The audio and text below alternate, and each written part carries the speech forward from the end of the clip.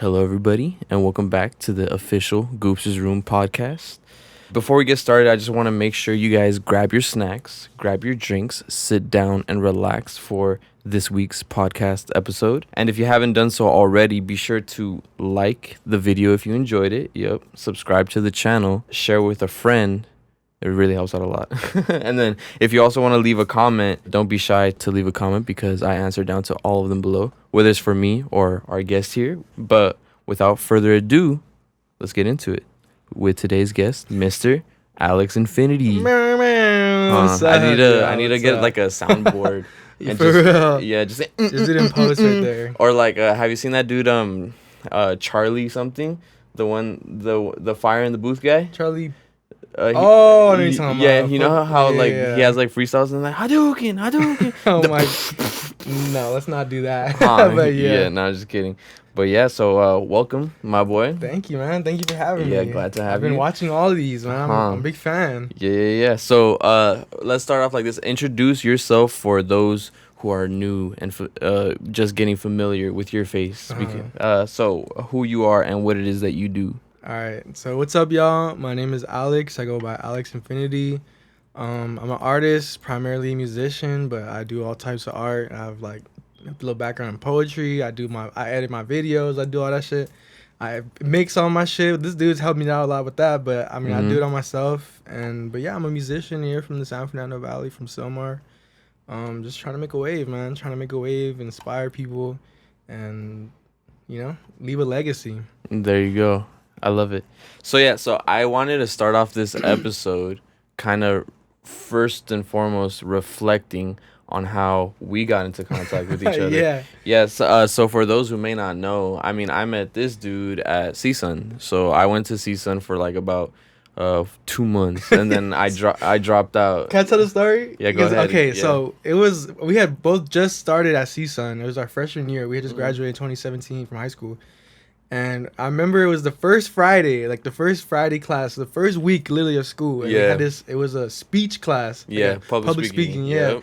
And we had this fucking professor, I forget his name, but he Yeah. was cool. He had us all like, okay, we're gonna get in a circle, we're gonna do a little breathing exercise, we're gonna meditate, and I want y'all to introduce yourselves. And I remember like it started going down the Yeah, line, and it was everybody. like, oh, I'm here studying this, I wanna be a doctor, I'm here doing this, blah blah blah. Yeah. And it gets to this fucker over No, here. it was you first. No, it was you, man. I was me? remember. It was you. And you're like, oh, what's up? My name's Chris, but my friends call me Goob or Goobster, and I make music. And from that moment, I knew I was like, I'm gonna talk to this fool. Yeah, no, I thought really because I thought it was going like counterclockwise because I can Nah. remember. Yeah, it was counterclockwise. Oh, but it's you were. counterclockwise. I thought never mind. I thought it was remember. going I can see it in my clockwise. mind. Yeah, bro. me I remember too. exactly Me how too. it was. Me too. But yeah, no, it's funny because I remember when I gave everybody my name, I was like, I go by Goobster, and then everybody was like, ha ha ha. I'm like, what are you guys laughing about? For real. And look at it. Here we are, Gooster's room, man. I mean, Like little 6 did they years know. later. Yeah. Yeah, Huh. that's crazy. And then like after that, I was like, yo, like, what's up? Like, I make Yeah. music too. And then we ended up talking for like an hour afterwards. Yeah, we about, like, we literally after the class we just went down, fucking munched on some burritos. Literally Damn, that bro. Friday. You remember that? That was 6 Yeah, years ago, that- man. that was 6 Like, almost exactly, because it was like around this time of the year. Yeah, fucking. To be honest, yeah. What month? we're Maybe in 5 October. years. 5 years. I think it's 5. Yeah, because it was Yeah, 2017. 17, 2022. Yeah, it's Damn. 5 years. Half a decade, man. Yeah, I know, which is crazy, but I mean, we're moving on up and shit. But yeah, and fucking, yeah, it's crazy about that, cause so my side of the story too is like, yeah, and then I guess you felt the same thing, and I guess I felt the same thing too. So we immediately kind of had like that connection just off the bat, because yeah, I was listening to everybody else's and nobody like really stood out, but then I heard yours, and I was like, oh, you make me, and then I was like, oh, okay, boom, and then I remember like I got your SoundCloud somehow. Well, I mean, obviously I had Yeah. asked for it or whatever, but since we had that public speaking class every Friday, the time between like the first day that we met Yeah. versus like the next week, I remember that whole week I was listening to all your old Yeah. stuff. I swear I was listening Oh to my everything. God. I don't know why you fucked with me for that. Shit was garbage. Nah, it wasn't. No, it was Nah, I'm because just kidding, man. I could like I saw the ideas. Yeah. I saw There's the potential. Yeah, exactly. Mhm. So I was listening to it and I was like, okay, this shit's like smooth or whatever. And yeah, so you had like a few things. I mean, I was going over your SoundCloud. I took a lot of stuff off. Yeah, It I was a lot know. of Yeah, private I saw. stuff. Yeah, I saw like a few things that you had taken down, and I know you had like older projects and shit. But from what I saw on your SoundCloud, you only have like the senior clutch Oh one, my god, and it's then do embarrassing, but whatever. yeah. Not really. I don't think so. I mean, I see it. I get it from like an artist Yeah, perspective because yeah. I was looking like I was also seeing like the daydreams and nightmares, and then I was seeing like the backseat, and then I was listening to my verse, and Dude, I was oh like, my. Yeah, that's a yeah, trip, man. Honestly, I feel like it wasn't until like maybe I'd say like 2 years into making music where I felt yeah, like, okay, this is actually like I'm not afraid to share this with people yeah. and like to hear their reaction. Like this is actually okay, you know? Yeah, yeah, yeah. Fucking, but whatever. But that's so I looked into it and I did like a few songs that you actually had a lot. Hmm. Five in the AM. Oh my, I dude, mean, I that like, song was a but big one for me. yeah, but it's funny because when we first started, I guess we were on like a similar level, which is Yeah. why I didn't really like think it looked like it was like too crazy, or that's why like I actually like engaged and I fucked with it because the stuff that we were making like Aikido and shit at the same time was similar along the lines to the Yeah. shit that you were I do. I making. remember the same thing for me. I went home and I would listen to it was like Commotion, that little Yeah. project. I listened to that shit nonstop, bro. Hmm. There was a song. What's it called? It was fuck. There was one song that I remember I like bumped every day. It was There was a song called that Average. one, Average, dude. Yeah. I fell in love with that song, dude. That was like our first ever like song. Yeah. That was with me, Kevin, and that fool Justin. But fucking yeah, so I remember I was just listening to that and then I remember too that so that whole period of time I was just really fucking with it and I don't remember the full story, but then I started sharing your shit to those dudes like Mhm. fucking Devin and Kevin and everybody and all that shit or whatever. So we started doing or I started doing that and then eventually it just happened pretty quick because right off the bat you were like, "Oh, you want to do a show?" And I was like, "Oh," and it That was a happened whole so thing too. yeah, it happened super like fast. Like I wasn't really expecting anything out of it, but you were Mhm. like, "Oh, let's do a show." And then I was like, Yeah. "Okay, cool, whatever." And then I remember when oh my god. Cheers everybody. Excuse me, it's the carbonation of the Yeah. seltzer, but the Goobster Goobster truly. seltzer, yeah. But fucking so and then that's when I remember when we were getting the show ready. It was called Project Infinity. I think I still have Project. I still have the flyers for it. I Yeah. could throw it up and That show was a like time. the little promo that we did for it, and then it's just cool because it was a $1 show. You know, it was Yeah. funny, $1. It was on New Year's Eve, so going from 2017 into 2018. Yeah. And that was the first time even Aikido had performed. I'm not sure if you performed before. You probably I had done have. like an Yeah. open mic or something like that. Yeah, but that was our first and then another thing for the people who didn't may not know, it was like on top of like a U-Haul Oh, and shit. I could tell you how I came up with that shit, man. It Yeah, was a whole how? thing. So it's at the time, like I was staying at Aldo's dorm. I made a homie Yeah. at CSUN who Mhm. dormed there, and I would sleep on the floor like every day. Esho gang. Esho gang, man. That was Yeah. watching. Shout out to you, man. I miss you. Huh, shout out Aldo. Um, I think he's tapped in. He's been like Yeah, yeah. that's what's up, man. I Yeah. miss that fool, but I think Yeah. about him. So I would be there all the time. We'd be fucking there till like 3 a.m, smoking, freestyling like every Mhm. night. Literally every night. I'd go to Yeah. class like 8 a.m, having stayed up till 3. Anyways, I was really into this artist at the time named Rari, and he had this video where, Yeah. like, yeah, I was remember, really into yeah. it back then.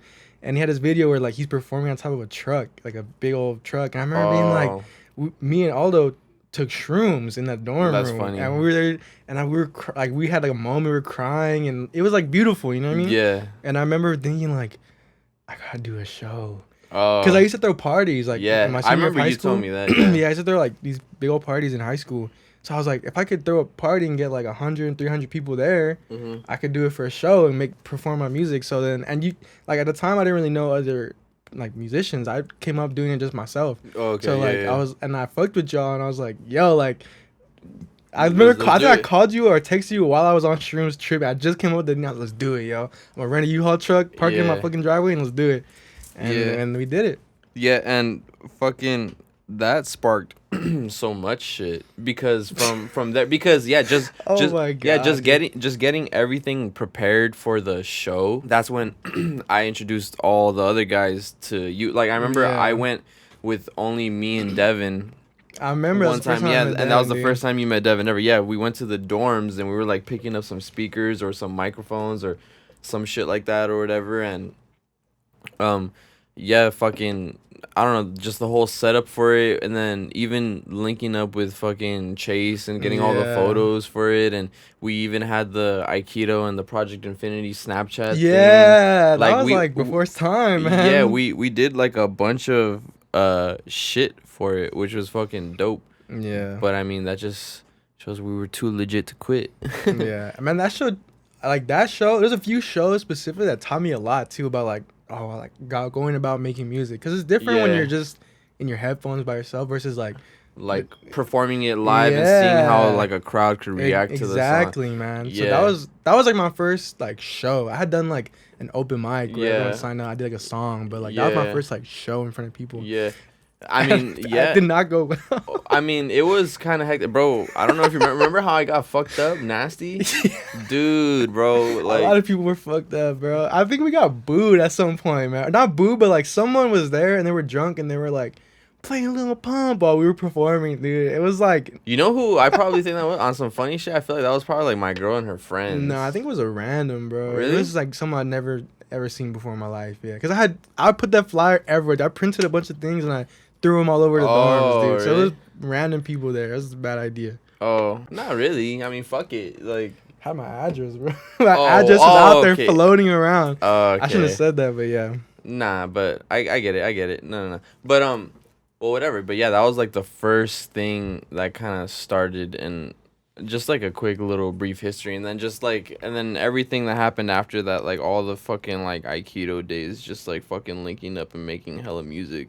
And then not only that, like, yeah, like it's just funny, like, going back on it, because I tell people, like, I feel like people may not really know like too much about it from old times. And then another thing too, yeah, like when you first started making music, your music was completely different. It was like straight rap, you know what I'm saying? I was really into like the Pro Era, J. Cole, like that kind of boom bap type stuff. I was like, because that's how it started. When I started, I just started freestyling. That's how it started for me. I wasn't like recording for like the first year. Yeah. And okay, so let's get a little bit more into that. So I think you told me the story about a long time ago. Like, you would freestyle with your friends, no? Like, some of your friends? It's a little... I've written about it, like, in some... I have this, like, thing that I just started recently where I put out letters, people can read them and, like, tell stories or whatever. Oh, yeah. But, like, the way it started was... It wasn't something that I was ever, like, oh, I'm thinking about doing it. Yeah. It literally happened, like, serendipity, dude. Like, it just popped up. So it was actually the first time I ever smoked weed, dude. That's what it was. It was the first time I ever got high. Serendipity? Yeah, just, like, everything... coming together. It was the first time I ever got high. I was like 16, and I think I was going through this like relationship thing or whatever. Yeah. And so I was with like all my best friends right there at the end of the night. We were all high. I was like feeling euphoric or whatever. Yeah. And I remember at the end of the night, it was like they were all like on my friend's living room floor, like you know, passing out, whatever. Just like chilling and shit. Yeah, ready to go to sleep or whatever. And I remember I stood up in front of them and I just started freestyling, dude, like spoken word type shit, like with no beat, just like acapella. My heart crumbles like that, some bullshit, you know, some stupid ass shit, dude. But like, that's the reason why I'm here. That little stupid ass shit, like, sparked a feeling, man, because it was like this feeling afterwards of like that felt good, you know what I mean? Yeah. Like, and then it just became like I want to do this more. And then eventually, like, So you just continue to keep on freestyling, right? Well, I started writing in my little notes app. I'd write little, like, love poem type shit. And then I started driving later, like, in 2016. Yeah. Like, several months later. Yeah. And I would pick up my homies. We'd go hotbox or, you know, whatever. And then what beat we play? We played fucking the instrumental for "Why You Always Hating" by YG. That was that era, that time, dude. So play that and just drive around and freestyle like bullshit. You know what I mean? Just like whatever the street name and this and that, you know, random shit. But and that was like in high school, huh? I was in high school before college and shit. I was like 16, yeah. So you're saying? So just going around freestyling and shit? So then the thing that happened was like, you know, at first it was just random bullshit, just things that would make us laugh. Yeah. And then as, you know, we kept doing it, it started to be like emotional. It started to be like real things shit, come out. Yeah. And I remember like that, like noticing that and being like, damn, like this feels amazing. Like, you know, it wasn't just like, and I had no inclination to record or anything. I was just like, it just feels good. You know, it feels good to express completely like without any filter, you know, with Yeah. my best friends at the time. Yeah.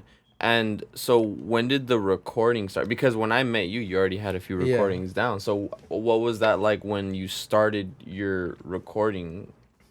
I mean, so you had like certain fucking tools and all that shit. Like, what did you I'll tell you use? exactly, Yeah. man. What So, mic? What all that shit? You oh know? my god. So it was the summer of 2016, and it was this dude that I think might watch this. He's Kevin runs with the LPs now. We went to the same high school. He goes by, what does he go by now? I think like Blizzy Bandit or something like that.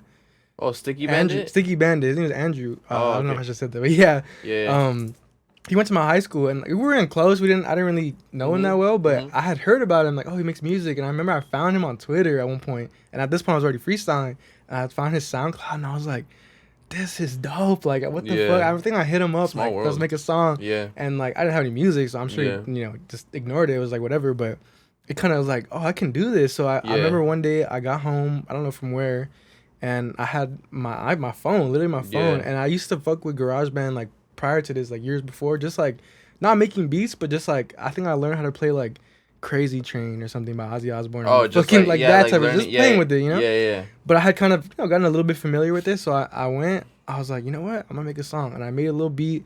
The worst fucking beat you'll ever hear in your life, garbage. I used like the preloaded like I mean, that's how it type starts. shit. Yeah. And then I just had my little Apple headphones, plugged it in, wrote a little like verse in my little notepad real quick, Yeah. and boom, recorded it, put it on SoundCloud, bro. All And through GarageBand on your phone? through GarageBand on my phone, man. Okay. And that was the start. And that was another thing too, because obviously it wasn't good, and it wasn't even Yeah. like, oh, it wasn't good, like the mix wasn't good. It was like objectively like not great. I mean, I had rhythm, I had flow, but like it was corny, it was stupid. You know what I mean? I mean, that's how it fucking starts. Mhm. I mean, well, but that's like the beauty of it, because if you keep Yeah. going, then eventually you find yourself. But yeah, so and then, but then I also remember you telling me too that you would use Audacity, right? That was a little bit later, yeah. Oh, That was like a okay. few months later. So what happened was Yeah. like I remember I showed my brother that song, Oh, and he okay. clowned me, dude. And Yeah. look, he like that could have been the end, dude. If I would have been like, damn, like you know what, you're right. Like Yeah. he told me like, you could probably make it if you never want to be taken seriously. And that shit like,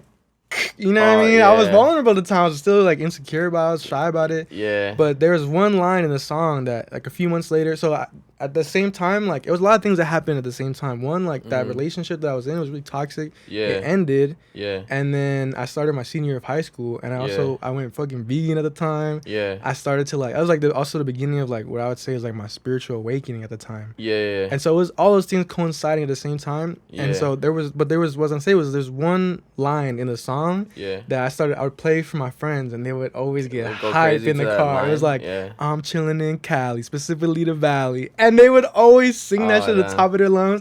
And that feeling was like, I gotta make another one. You know what I mean? Yeah. And then I used to play soccer too. What was that song called? The first Hashtag blessed, period. hashtag blessed. It's dumb, dude. And so then I also used to play soccer in high school. So like I would show my team, and they'd be all like same thing, like hyping me up. Yo, make the next one. So then I went back. And then what was the second song? It was still blessed. Oh, still blessed. Yeah, it so was so hashtag dumb. blessed and then It's still because I used to blessed. write that on my finger all the time in high school. I used to write like hashtag blessed, and then I guess I just ran with it. Yeah. Fucking, that's funny as fuck. And then, so you did all those songs, and then, so then what made you transition from GarageBand to Audacity? So I had made those two, and Yeah. then in like around December, I think it was like winter break of my senior year, so like Yeah. 2016 going 17. Okay. I bought a blue snowball mic from Best Buy or something. Yeah. And I had like an old, laptop from my house, and I Yeah. looked up on YouTube how to record vocals, and I guess what I found was Audacity. Mm. Plugged in that blue snowball, and it was so bad, bro. Like Yeah. it was literally like it would record it, and then like, but when it would paste the actual like track, it would be like, Shifted yeah. So I had to manually go and and line move it them up. all, but I did what I had to do, and then I figured out like. I didn't even know what it was at the time, but in the Yeah. video I saw it showed like, oh, this is how you EQ your vocals. But Oh, so I was okay, doing but that. I didn't even know what it was. I was just doing it was. because it told me to, Yeah.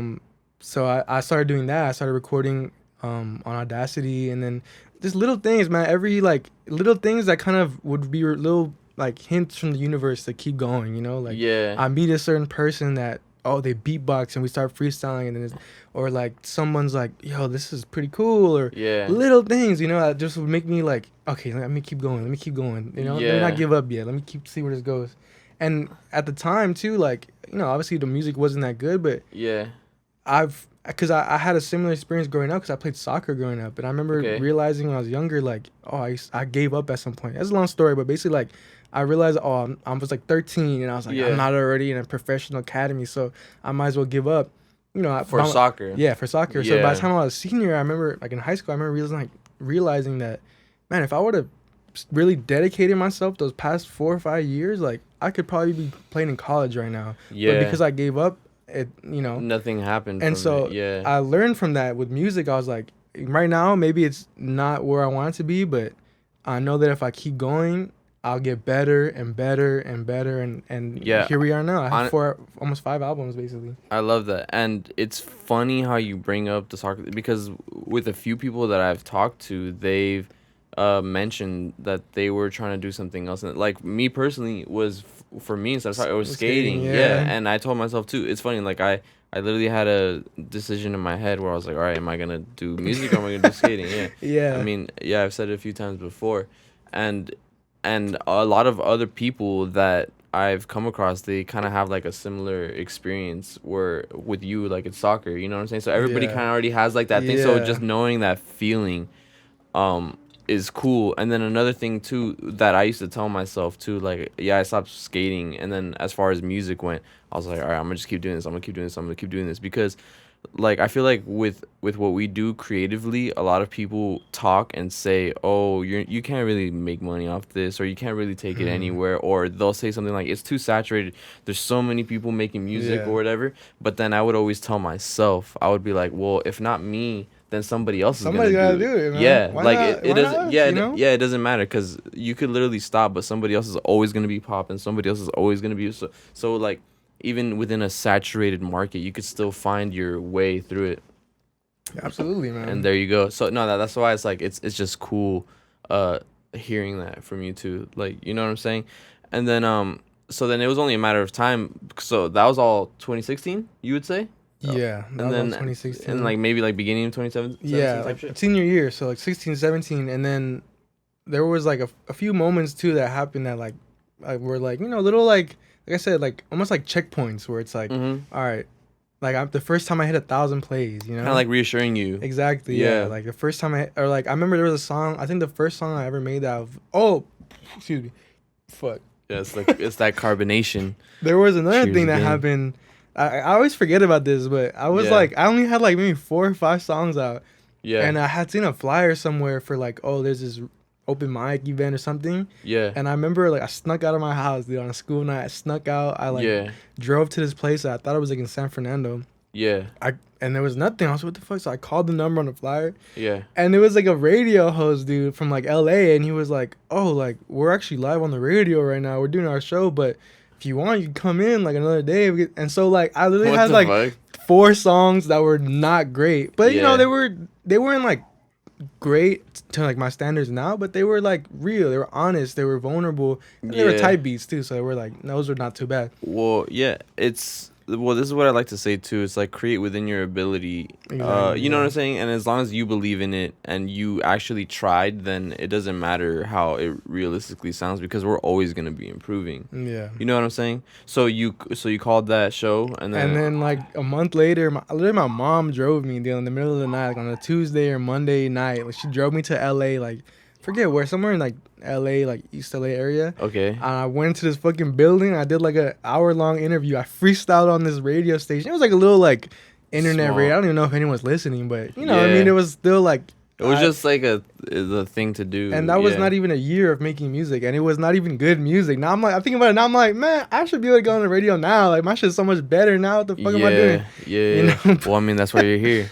For real, there we go. That's what I'm saying, bro. You Gangers. putting this on, man. You putting it on for the valley. That's what I'm trying to do. Creating the platform. Oh yeah, but that's funny. And then so then that's like the real origins of it. And you said that it was people like J. Cole. Who else would inspire? Man, I was really into like Joey Badass, Capital Steez. I remember that's one of the things that we literally talked about. Yeah. And there's a lot of people I'm pretty sure that were put onto those dudes. Yeah. I mean, shout out to them because they really did influence like a cool For real, population man. for the time being. Yeah. But you wouldn't say you started because of like an outside influence. You just kind of started just because of that one time where you just like freestyled out of nowhere. The reason why I'm asking this is because the way that I started was because of listening to certain music, and I was like, man, I kind of want to do this. Honestly, the way I see it, I'm gonna get closer to my. The way I see it, like I don't know what you believe in, but for me, it really felt like I don't know, God or the universe or my ancestors just kind of like, this is where you have to go. Cause for me, like I've Yeah. always been someone ever since I was like a child, dude, like a Yeah. little kid. I always felt like I'm here to do something big. You know, Well, I'm not yeah, just here to like. all of us, yeah. But like I believe that. Yeah, I believe in that, absolutely. yeah. And it was never like, oh, I wanted to, it was like that's just why I'm here, and that's no, you can't tell me otherwise. I just believed it ever since I was like 5 years old, bro, a kid. Yeah. And so, you know, before music, there was other things. There was soccer. I used to want to be a fucking like YouTube gamer, like way back in Yeah. like elementary school. Yeah. But so when that happened, and it was like I was like 16, 17, which is like an era, point in people's lives where like They're already trying to things figure out start what to it is happen, that they you know? want to do, yeah. And so, you know, that moment that happened, like it, from the outside, it might have looked like it was an accident, but you know, I don't believe in coincidences like that, man. I felt like it was like, this is what you have to do, and you know, like I've dedicated my life to it now. I have, like I said, I have 4 albums on Spotify. I have all these singles. Yeah. I'm here with you because Yeah. of that, you know. Yeah. I've made so many friends and connections because of it. Yeah, I love that too, because I always thought like just when you have kind of like a passion for something, you meet a lot of people along the way Yeah. or whatever. But And like also like when I started, like I said, I would freestyle with friends, but when I started recording, I would pull up to my homie's house, like, because I had a friend that specifically I would freestyle with that we kind of both got pretty good together, and I'd be like, I'll pull up with my little laptop and my mic. I'd be like, yo, let's record something. Yeah. But he didn't have that same passion. Oh, that you know? drive. And, yeah. And so it became lonely, man. I mean, tell me about it. For Yeah, the first like year and a half, it was just me by myself doing it. I didn't have homies that were like, yeah, keep going. It was just me, you know. And like even now, like that's a big reason why now like I do everything myself, because I started like that, and I love to share and delegate and have other people join in the creative process. But like, I'm just so used to like recording it, mixing it. I figured out that like editing my videos, doing my covers, you know what I mean? So it's so personal to me. It's hard to sometimes let somebody else do it. I mean, it's if you have the time to do that, then like why not? You know what I'm saying? And I get what you're saying too. Like it is a personal experience, and working with you before, like I understand like how you hold like your songs like precious to yourself, and just everything that you work on and stuff. But then that's another thing too that I admire about you too as well, because if we're gonna just talk about just like through the time beings, like I've always kind of seen like your growth from literally from the moment where we were linked up first to season to now. Like I've always seen everything along the way, and one of the reasons that I did like you and like the way that you were thinking, like when we ran Aikido and stuff or whatever, it was like you had like the mindset and the hustle to really get shit done and put everything together. You get what I'm saying? Like you actually had the drive behind it. So when you're saying, oh, you were working with somebody who didn't really have the drive, I understand it as well, because there was certain people who I've met that they had the drive maybe for a little bit, but then they stopped, or you could just tell like that's just how it is. Yeah. So absolutely. Yeah, man. so it's like you do kind of have like to do shit on your own and figure it out, but I mean along the way then you meet the proper people who are aligned with what it is that you're doing. So as far as with what you're doing right now and me seeing all that, like that's dope as fuck too, and you're still doing your thing, which is something that I fuck with. But I want to go back a little bit into the music again. So yeah, like I said, so you started with rap, right? And is rap, but from what you're creating now, it's so much more different. And since the longest that I've known you, you've always been making projects. Like you've always been like like every time we would be working on like Aikido shit or whatever, because for those who didn't know, he was a part of Aikido too. And so we would be doing like Aikido shit, but you were always like also like you always had something cooking up on the side, like always like a project, always this and then. And I feel like when you put together your projects, those were like a little bit like different. Like Yeah. each project kind of, it wasn't really like rap. It was more just like that Yeah, that's creativeness. me. You get what I'm saying? Yeah. And I've always peeped that. So you do you think like the creating projects made you fucking like transcend into the art that you create now, or like why did you kind of like stray away from rap? But I'm not saying you strayed away from it, because there's No, a but I lot know of songs that you still do rap on, mm-hmm. but I don't know. Like I'm trying to figure out what's the motivation from going from like strictly rap to where you're at now. Mm-hmm. You get what I'm saying? I think it's a combination of things, man. Like I think a lot of it was healing my inner child, bro. Not like that rap was not doing that, but like I didn't grow up listening to rap music like that. I grew up No, with yeah. like Same. alternative, like Same, to be honest. 80s, 70s, Yeah. 90s, like music, the Beatles, Nirvana, Yeah. fucking the Clash. You know what I mean? Yeah, yeah, Like The Cure, and so Yeah. at the beginning, like I said, I just started with freestyling, so that's all I knew. And then as I got more into the art of it, into like, Of and the I recording of didn't it, yeah. have any musical background. No one in my family is a musician. I didn't play any instruments growing up. Yeah. It was just me writing, and I've always been a writer though. I've always No, loved writing and tell telling me my about story. it. Yeah, Nah, bro. You've always had like the strongest storytelling, and that's why like I love like when you did rap. Honestly, you fucking like rapped beast. I mean, I got some more rap. yeah, stuff you're coming still out still. you're still rapping. I know, but it's just like I don't know, like No, I know a what lot you of mean your though. shit. But yeah, but it was just like so like poetic, and then every time like you would rap, like there was always like a lot of substance in the way that you put together words. Yeah, like I said, it was very poetic Mm-hmm. and just dope. I was like going through your old like SoundCloud, like just listening to the old shit, because like I said, before any of the all platform shit or whatever that people may be really familiar with, like we go like deep back. So Yeah. just seeing all those things like kind of reminds me of that era and Yeah. time of just what it was for that moment, which is just like a quick reflection. But so you getting into the recording of it or whatever, so would you say now that the sounds that you're kind of creating now, is it because you want to implement those old influences?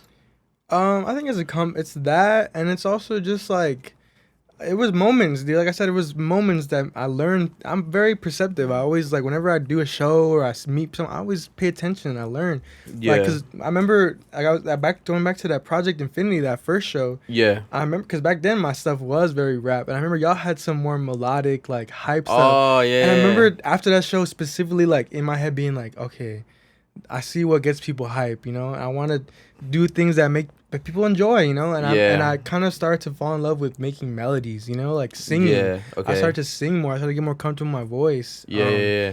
And it's also it became fun, dude. Honestly, like this might sound pretentious, but like I got really good at rapping, dude. Like I could go and freestyle for hours, at I least mean, you back gotta then. talk your shit. You know what I mean? Like I got to a point where like, okay, I can rap. You know what I mean? I know I can do that, but like I need a new challenge. I need a new way to express myself, and then I started to listen to different music because like growing up, I didn't listen to rap much. I here and there a little bit Yeah. from what my parents would show me, but then by the time I got to high school, that's all I listened to Yeah. up until I started making music. Yeah. And then like probably when I was like 17, 18, 19 Yeah. is when I started to like go back to what I grew up listening to and like Yeah. finding those things again and being like, damn, like I want to make people dance too. I want to make people, I don't know. And it's also just like creativity, man. It's fun. Like it's like it's fun. Like, cause I got good, like I said, at doing at making rap music. And then I was like, I want to explore new ways of doing music. I want to explore new ways of expressing myself. I want to try new sounds, new melodies. And then in 2020, I started learning guitar when the pandemic happened. Is literally when I started to like, I was like, you know what, I'm gonna figure this shit out. And You did. Yeah. To the level that you're at now. What is it that you think of before you create a project? Because you have, and this, look, like I said, like I just want you guys to enjoy and get into kind of like these artists' minds a little bit, so maybe you guys can learn from it. But I really enjoy all of your projects because they have a very strong concept behind them. And every time like I hear a project that you drop, I'm like, oh shit, like it's like very well put together. And like I said, since the moment I've known you, you've always been working on a project, so you always kind of piece together projects like every time I see you, you're always working on like a project. What is it that when you're creating a project that you try to like implement? I think I know what you mean. Yeah. It's a couple things that, I mean, as far as the actual creation of it, I usually start off. It's two things. It's one, I start making songs, and then I kind of Yeah. start to notice like A trend, kind of. exactly like, oh, okay. I start to order them like right away. That's the first thing I do. Once I have 2 songs, I'm already ordered. Okay, this is like the intro, and this is like Yeah. this feels like it. I just see it like it's a movie, you know. I like that. Yeah. And then I kind of fill in the pieces from there. Okay, I need a song that kind of feels like this, or like, you know.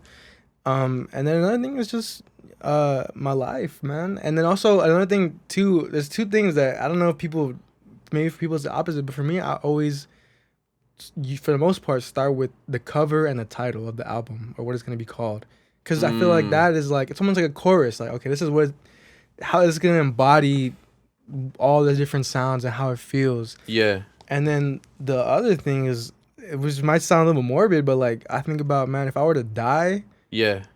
what am I leaving behind? Am I just leaving behind a bunch of random songs, or am I telling, like, if I have 4 full-length albums on Spotify plus mixing, if I were to die, bro, my story's been told. You know what I mean? I've told my story myself, in my own way. I love that. You know, and like and very few people can actually really like get like deep and intimate like that. But it's like, I don't know if people really. The art is so different, especially making music. Like, some people, they don't even really care about shit like that. And when I was younger, I used to be like, oh, everything's got to be meaningful. And as I've gotten older, I've been able to like, it doesn't have to be, music is whatever it is, you know? As long as it either makes you feel, it makes you dance, or it makes you think or something, then it's doing beautiful, its job. You know? Yeah. When I was younger, I was more like, when I was into everything, all that Beast Coast. And so, I've kind of tried to embrace that as well. Like, let me make, because when I was younger, I feel like too, I don't know, I feel like my music it was a lot more like, you had to really listen to it. You couldn't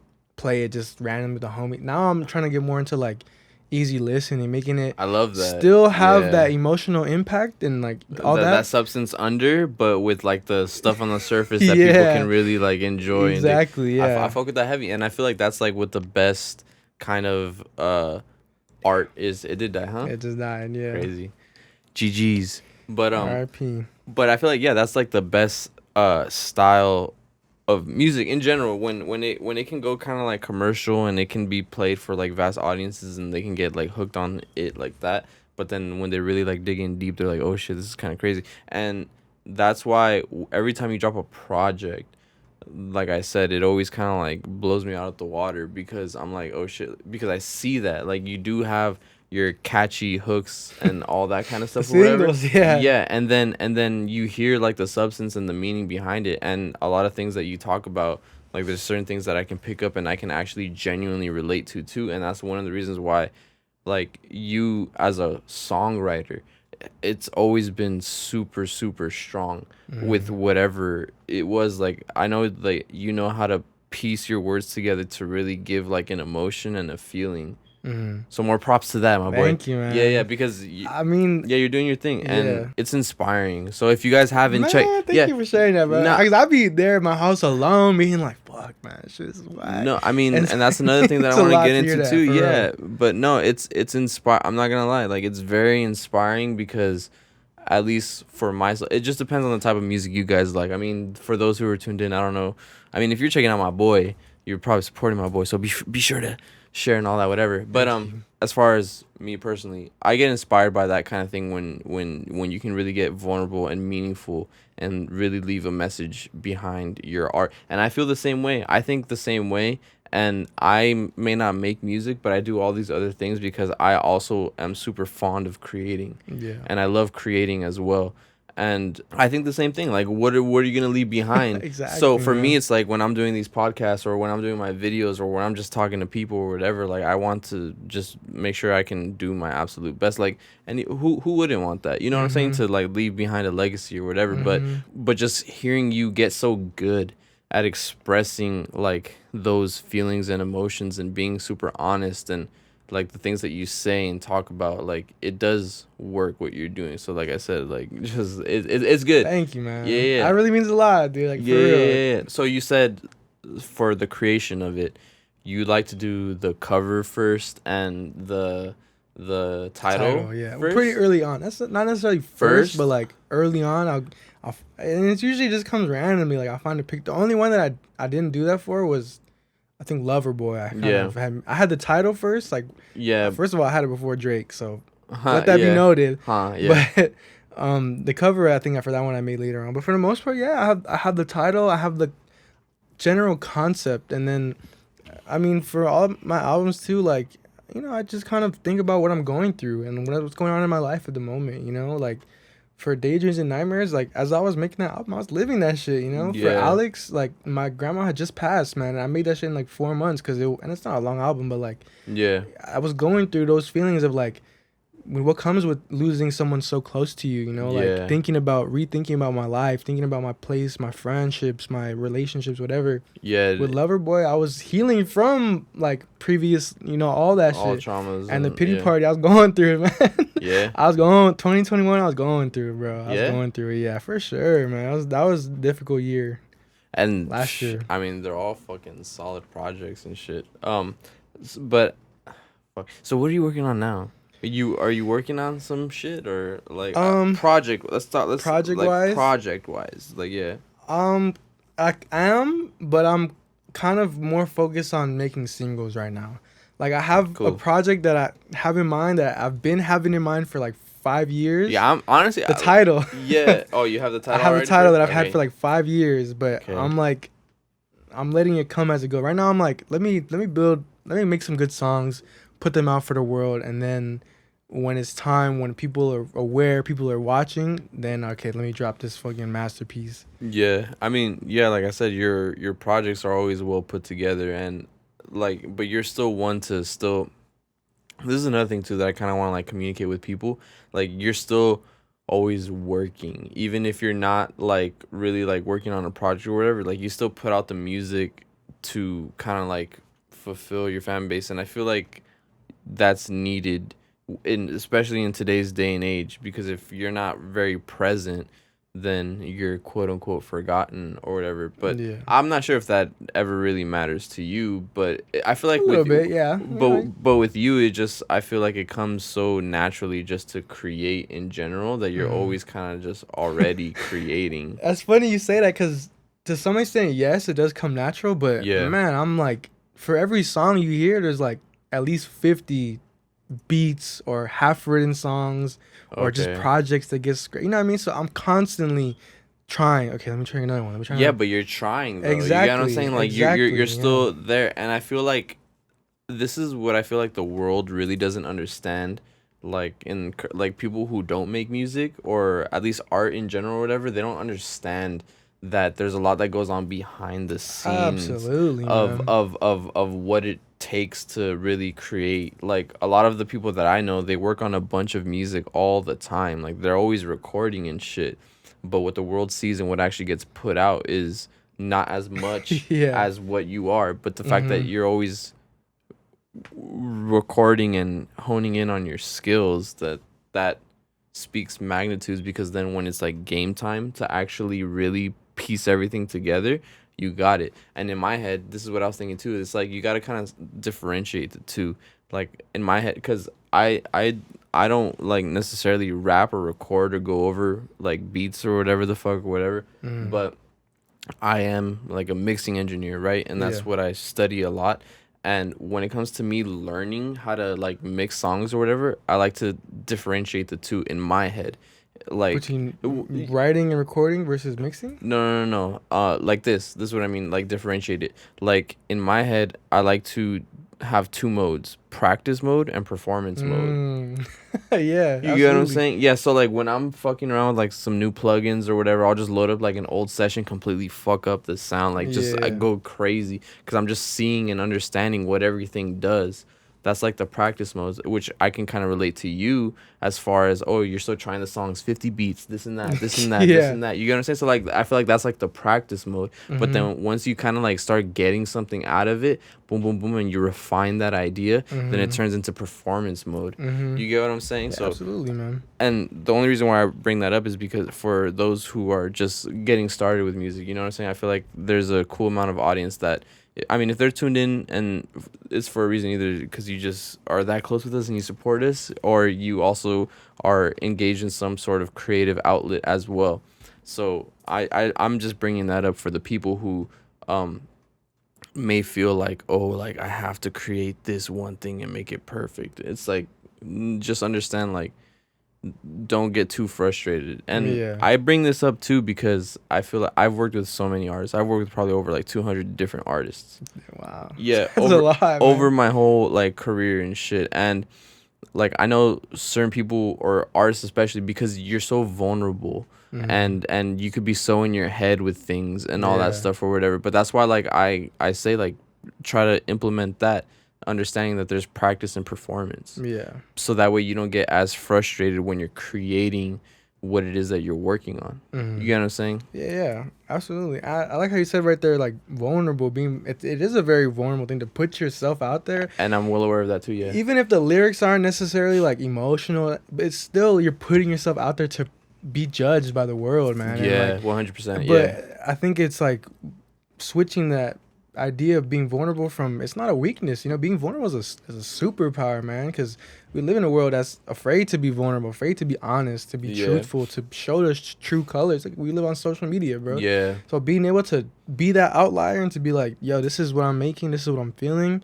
You can like it, you can hate it, but this is the truth. This is what it is. It's real and it's raw. real, and that's what's always that's what inspired sticks. me, man. Yeah, and that's what sticks. That's what I've always strived for. Is exactly that. Mhm. Just to like, because I also have like a little bit of background in like poetry, like writing poetry. I've been to many workshops, I've been to invited to come, and like I have a mentor that one of the things that he'd always express. He's a poet. He'd be like, the best poetry is just honesty, like being able to be completely honest. You know what I mean? Because And that's a skill. That's like a cold, hard skill that you need to develop. it's just bravery, man. It's just being able to like, I don't care what people are gonna think, man. I don't care, and it takes time too. Like it takes practice. Yeah, I guess it is a skill in that sense. Like Yeah. being able to get comfortable in that. Mhm. I just had a show yesterday, man. Someone asked me like, "Damn, how do you feel so comfortable? You don't get stage fright?" And I'm like, "Man, I've done like probably 200 shows already at this point. Whether it was open mics, whether it was 50 people, or it was one person. I did a show one time where it was literally one person. I did a 25-minute set. You know what I mean? Like, yeah.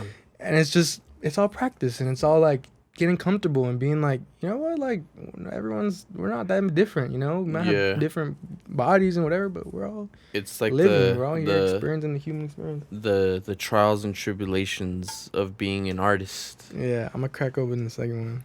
I need to catch up. I'm already feeling Huh, it, lucky. my boy, I'm feeling I it wish too. my Hey, puppy cheers, didn't die. everybody. Here, let me crack it. Boom. Crink.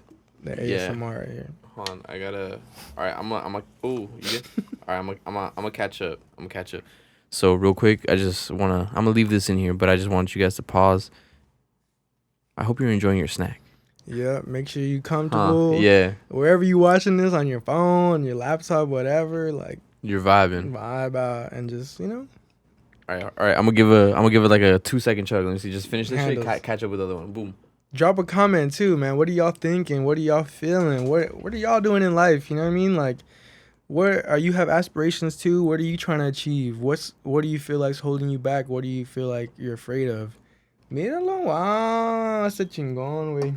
I had to catch up. I didn't want to be left behind. Let us know, y'all. Let us know. I love what you said. Because like I said, guys, make sure to leave a comment if you guys are going through anything or whatever, or if you guys have some thoughts or whatever. Just know that I genuinely appreciate you guys for tuning in, and so does he. We'll both be in the comments below for this one. So whatever you guys are going through, talking about whatever, let's have a whole discussion in the comments below. Let's because start a whole because it's more than like a podcast. It's a connection. It's a community, man. And Exactly. we're here to support each other. We're here to inspire each other. Just building. Oh, excuse me. You're excused. Yeah. Bam, and then There you go. crack it. I'm not gonna sip it, but I'm just gonna crack it. But yeah. So then, as far as I want to talk a little bit more about like your production now. Okay. So yeah. I'm here. I could talk for hours, bro. Let's go. Yeah. So I mean, what does it look like when you're making a beat because I remember. Excuse me. Sorry. That was a big That was a good one because it was the chuggers. Yeah. But fucking. So I remember you got started really kind of like making beats more and more like on Logic. I That's remember cause you, man. This man, you cracked Logic for me, dude. That's the only reason I'm here today, because you cracked that shit, bro. Yeah, for those who may not know.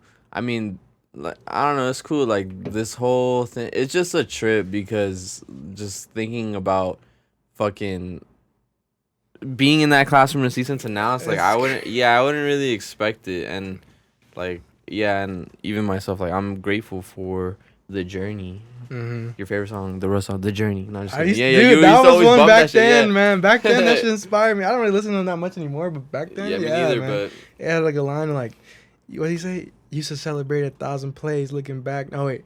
Fuck diplomas, I got plaques now. Used to celebrate 1,000 plays, looking back now. Man, that shit hit me when I was, back in that shit. Going up, yeah, but yeah, no, but I also remember, so yeah, like I was saying, you would make beats in Logic and all that shit, and you were watching a lot of like Nick Mirror, huh? Man. What are they called? The Internet Money, bro. Yeah, man. I would love it. I want to work with them one day, bro. Especially Nick Mirror, dude. But yeah, they were putting on a lot of people, man. Like even just teaching the next generation how to make beats. Yeah, that information is so like valuable, especially like in this time, and the fact that we live in a digital era. It's just so cool how I feel like more and more independence is coming out within this era, because back then a few fucking, let's rewind, like 20 years, just a couple decades. Yeah, you had to fucking get all your information from school or from another source, bro. But now we have but now we have the opportunity that anybody can put on a show. I'm putting on a fucking show. Yeah, literally. You get what I'm saying? It's just like, and if you have that drive and that determination to actually fucking do it, then do it, but do it in your own way. I don't know. Yeah. That's like a whole other topic, whatever. But so yeah, you were saying, so you would learn from them, and then you started making that. But this is the thing too that is very particular with you. So you would make like melodies and do all that stuff, and you would learn from like Internet Money or whatever. But then also like it's just for me, because my main focus and genre is like trap, rap, hip hop, like R&B ish shit. You know what I'm saying? But you make beats in a way where they sound very like live. You get what I'm saying? So what is it like when you're kind of like creating an instrumental for yourself, whether you're playing like the guitar or you're just programming in the MIDI, but you make it sound the way that you do? I mean, for your last project, the Pity Party, you had a lot of like dope shit on there. So let's just talk about that. Like, what was it like creating all those instrumentals? It's tiring. No, I'm just kidding. It's a lot of work, man. I mean, like I said, for every song that's on there was at least 10 that didn't. Yeah. But as far as a producer, like, how much do you produce? Like, more than I write. Really? I produce more than I write. So you produce hella? Because I produce. That's what I start with. I start with the instrumental. I try to make, and then once I get an instrumental that speaks to me, okay, now. And then sometimes I'll do it as I go along. I'll get the melody, and then I'm like, oh, I start writing something. But yeah, I feel like it's funny because. See, that's another thing that you said too that's like interesting to me. You produce more than you write. Yeah. So it it's used like to be the opposite. I used to just write purely, and now it's like I spend more time producing, man. Yeah, that's pretty fire though, because that's like a skill that will never go away. Because even if you really want to, you can get to producing for other people if you really wanted to. I have, man. I've written whole songs for people. There's one that I'm so proud of, but there's a whole copyright thing behind it. But like, not because of what I use, but label shit. But like what? Like the label shit, or like it was like a sample or something? Or? It's a long story, dude. Basically, I wrote this whole song, produced it. He like I worked with this artist basically. I wrote the song, produced it, recorded it, mixed it, mastered it, everything. And but he was signed to this little like I don't want to mention names because like I mean it's fine. But he had signed like a 10-song project contract, this and that, and any song that like you wrote technically belonged to the label. I didn't sign no fucking contract though, and I made this. He just sang on it. He wrote like he kind of contributed. We worked on it together. Yeah. But it was his first song, and so I did most of the work, you know. And I'm like, yeah. So he had and some shit went down. I had seen some shit, and I was like, I don't really want to be part of this whole like. It was like a studio, I guess, a label. I don't want to be we're here anymore. I told him. He also agreed. Some shit went down. I was like, yeah, I don't want to be part of it. He left. I don't even know if he was saying this, but but we had this song and it was so good. And we're like, we gotta drop it. So he sent me like a little contract to fill out, just so like giving my permission to drop it. He dropped it, and then the people were like, "That's our song. You can't drop it," because it was recorded there and he was under contract. Even though I pretty much made the song, he just mostly sang on it. Well, yeah, as far as like technicalities go, like it is kind of fucked. It's but fucked, bro. but That's a good song. no. But it's better to have the opportunity, yeah, and that's like get fucked over. Man. Yeah, it's better now than when there's big money involved. Yeah, well, even exactly, because if it's a big budget, whatever. But it's better to have like the opportunity than to have no opportunity at all. Absolutely. You get what I'm saying? So, just the fact you gotta play me that song after. I just wanna, or It's if a you banger, have dude. it, yeah. It's a banger. I'll show it to you. But you. It's still on SoundCloud though. It's just they took it off Spotify. Oh, okay. I think it might be on Apple Music still. I don't know. It was a weird thing. I don't know what the fuck happened, but And you produced and I produced it and wrote the song. I wrote it and I mixed it and mastered it. Yeah. That's pretty crazy. I didn't even know that. Yeah. But It's like a year ago. Oh, okay. But so yeah, so you say that it's like a lot of work. So you make like a bunch of beats before you really find one that speaks to you. Yeah. How often do you normally produce? That's what I'm saying. So like as far as an outsider, I would see you more of an artist because I don't see like the background of it. Like I didn't really fucking know that you produced more than you did. I but mean, but it makes sense though. Yeah. But it's funny because like you think of producers, like I know producers who are producers. You know what I'm saying? But I feel like maybe you probably even produce a little bit more than the producers. Maybe. Who knows? But it's a few things, man. Because every time I go into making something, I'm like, I feel like I don't know anything again. You know what I mean? Like I'm starting from ground zero almost. Like I don't know where to begin. I just kind of something will happen. I'll find a little chord on the guitar, or I'll hear a song somewhere, and I'll be like, I want to try to sample that, or like I'll be like, you know what? I want to try to do this kind of groove rhythm or whatever, man. Yeah. And then I'll put it in, and then it's always kind of happens like that, like where something in real life inspires it. Mm-hmm. It's a sample or it's a similar I'm sound. The same way, yeah. Yeah, like I'll give you an example. Like that's a good example. On Loverboy, there's a song "Lonely World." Okay. That song "Lonely World." Yeah. I was back then. I used to tattoo a little bit. My homies, that's all these I did myself. Okay. But like I was tattooing my friend, and she was like, "Oh, whenever I get a tattoo, I like to play One Direction." And I was like, "Okay." What the fuck? Literally, so I played One Direction. We were playing this one of their albums. Yeah. And this one came on, and it was like, "Da-na-na-na-na," and I remember being like, "Hold up, this is hard." Yeah. So I went and I found it was like a karaoke version of that song. So it was a little bit different, but it was the same chords. Yeah. And that is what became Lonely World, you know what I mean? And that was like the first song I really had that really like was like in that kind of genre. So I realized that it's been like far away. No, I have it dialed to where you don't. It's okay, cool. okay. It's still picking it up nice. But that's like one example, and like a lot of my songs are like that, where it's like something happens in my real life that like, oh, let me try doing something like this, or let me sample this, or whatever. But I don't know, man. It really, with the production part, that's what takes the most time, man, honestly. Well, I take that back. Because sometimes I'll have a beat, and then I'll write the first verse and the chorus, and then months and months and months go by. I play it over and over in my car, and nothing comes until finally, okay, I got the second verse. You know what I mean? Like, for example, the song that I just released recently, I'll Never Be Who You Want Me To. Yeah. I had done that originally on a different song, like almost literally like about a year before it came out. I had made a different beat, and then I had made the whole second half, I had put on that original beat, and I just like shelved it pretty much. That's interesting. Until like probably like January of this January. Yeah. I made this new beat, which it was like a similar chord progression. Yeah. But it was like, how it sounds now. Yeah. And I remember I wrote the first verse, put the chorus, and then I was like looking for a second verse, and I'm like, oh, this fits perfect. Yeah. And I brought that into there. But it was like, it originally started a whole different song. I have a lot like that. Yeah, the that story, starting, just the story, yeah. the story behind the song and what it took to make the song makes it interesting. Mhm. I feel like, and that's dope too. Like when you're like a real artist and you have a story for a song, it makes that song more meaningful. Oh yeah.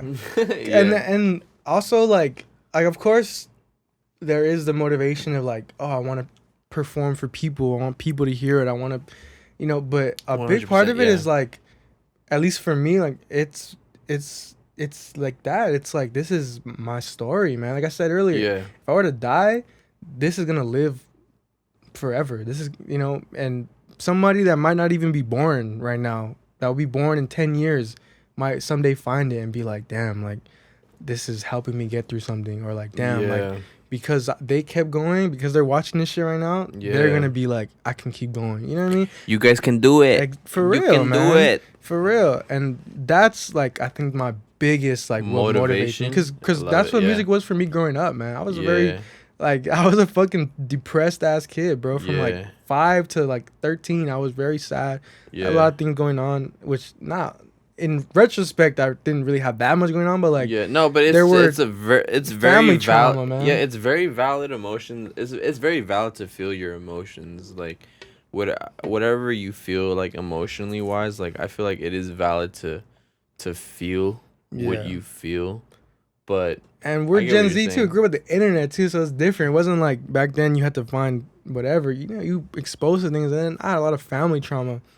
So, but growing up, music was like my safe space, man. Bands like fucking Linkin Park, 3 Days Grace, fucking, I don't know, the Red Hot Chili Peppers, Green Day, like, and then when I got into rap, like J. Cole, you know what I mean? Like these artists, like, it was not just like, this is cool, let me just vibe to it. And like, it was like, damn, they're helping me heal. They're helping me exist. Like, they're helping me want to live. And like, for me, that's like always been a big soul music. Yeah, I mean, know? And that's how I felt personally with like Joey Badass too. But I'm pretty sure you with felt Joey the same way too. Yeah, man. And Joey, Flatbush, Beast Coast, the whole. I never really got that into Flatbush though. Like I know people Flatbush. I think they're dope, but I never cool. like got into them as much as I did to like the pro era. But they're dope. I respect it absolutely. There's a few songs I have like, oh, this is crazy. Yeah, I mean, like what I was saying, it's just everybody comes up listening to different shit or whatever. But the point is like, that's ultimately my goal. Because even before I made music, I remember I had experience. So that's what motivates you to create. Yeah. And keep going, because that's one of the bigger ones. Because I also love just creating. It's fun, I enjoy it. I like to have fun, man. I'm an Aries. I love to have fun. I like to fucking create. But from a more like personal and spiritual and like that, like my soul, yeah, man. Like ever since I was a kid, like I said, I always knew I'm here to do something big. I'm here to make a difference in this world. And I remember when I was like in 9th grade, I don't know, 13, 14, I had a friend that I remember was like, and trigger warning, man, this is a lot, like, but they were like suicidal, man. This is something that became a pattern where like I'll be there for them and I'll share my story and hear them out. And I remember realizing back then that like, by being vulnerable, by sharing my story and being honest and like, you know what, like, I've been through that too. This is not something, you're not like, of course, like that compassion. Yeah, exactly. Yeah. Like, of course, to some extent, yes, you have to go through it alone. It's your own journey, but like, you can have people that just support you. That I remember thinking about, that's how I'm gonna do it. I'm gonna change the world by sharing my story. And wasn't making music at the time. I didn't have any inclination to make music. So when I found music and I started to record, that quickly was like, oh, this is how I'm gonna do that. It's by sharing my story, by being honest, by being vulnerable. And if you blow up, you do it on a mass fucking exactly, scale. Man. Exactly, bro. So, and it's also like, it's fun too, like you can heal, but you can also have fun, man. And sometimes having fun is healing too, Exactly. Like you can't, that's another thing too. Like I feel like you can't take yourself too serious. You gotta have fun with it, man. You gotta be able to laugh at yourself. Yeah. I love like dancing, SpongeBob. Man. Like SpongeBob, bro. I like, that's why I like when I do shows, because I also, like I said, I used to throw parties, and I've done a lot of shows that I put together and hosted, and like. Well, I mean, bro, let's talk about the shows that we did, bro. Fucking Imagine, that was crazy. That was probably one of our, at least for me, like that's kind of the last show that we threw. But that No, one there was the Funny Bunny Love Show, and well, there but was that was you. and there That was also the you. one oh no, Imagine, yeah. I thought you were talking about Project Infinity. Yeah, Imagine. No, Imagine was fire, bro. Honestly, that one came out man, really, bro. really solid. I'm not gonna lie. That's where I got the cover for Setting the Tone from that show, and that song wasn't one of those songs that was like a milestone that like changed everything for me.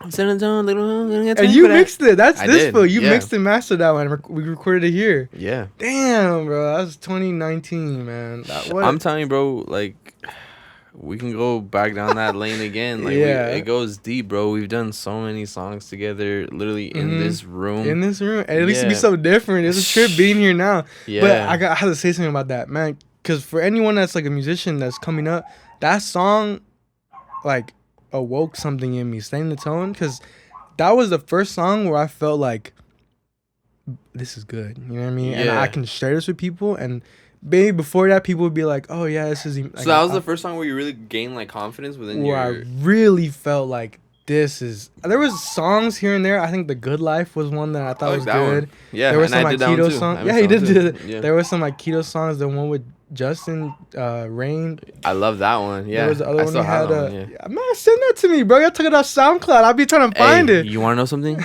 That was not me. Yeah, That wasn't me. And then there was But the other one. I'm gonna get all those songs. Look, I'm Trust gonna get all those. Issues. I love that. That song. was a good song. Man. Yeah. But so there was Would you ones where like that too. This but- ain't no chicken wings or don't be This- fries with me. I like where we at, man. Yeah. You know, chicken free.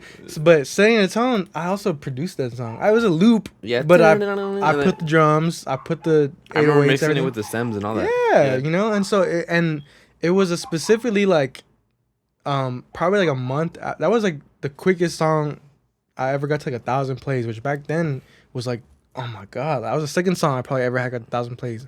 And I remember like probably a month after it came out was the Funny Bunny Love Show in my backyard.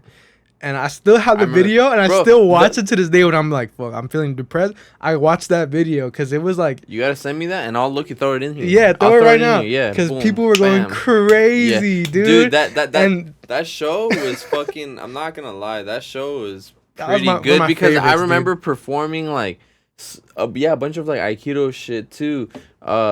From Ain't Playing and shit like that. Yeah. You know what I'm saying? That Like, was fun, man. fuck, man. Like, And I love hosting really, events, Yeah, dude. really.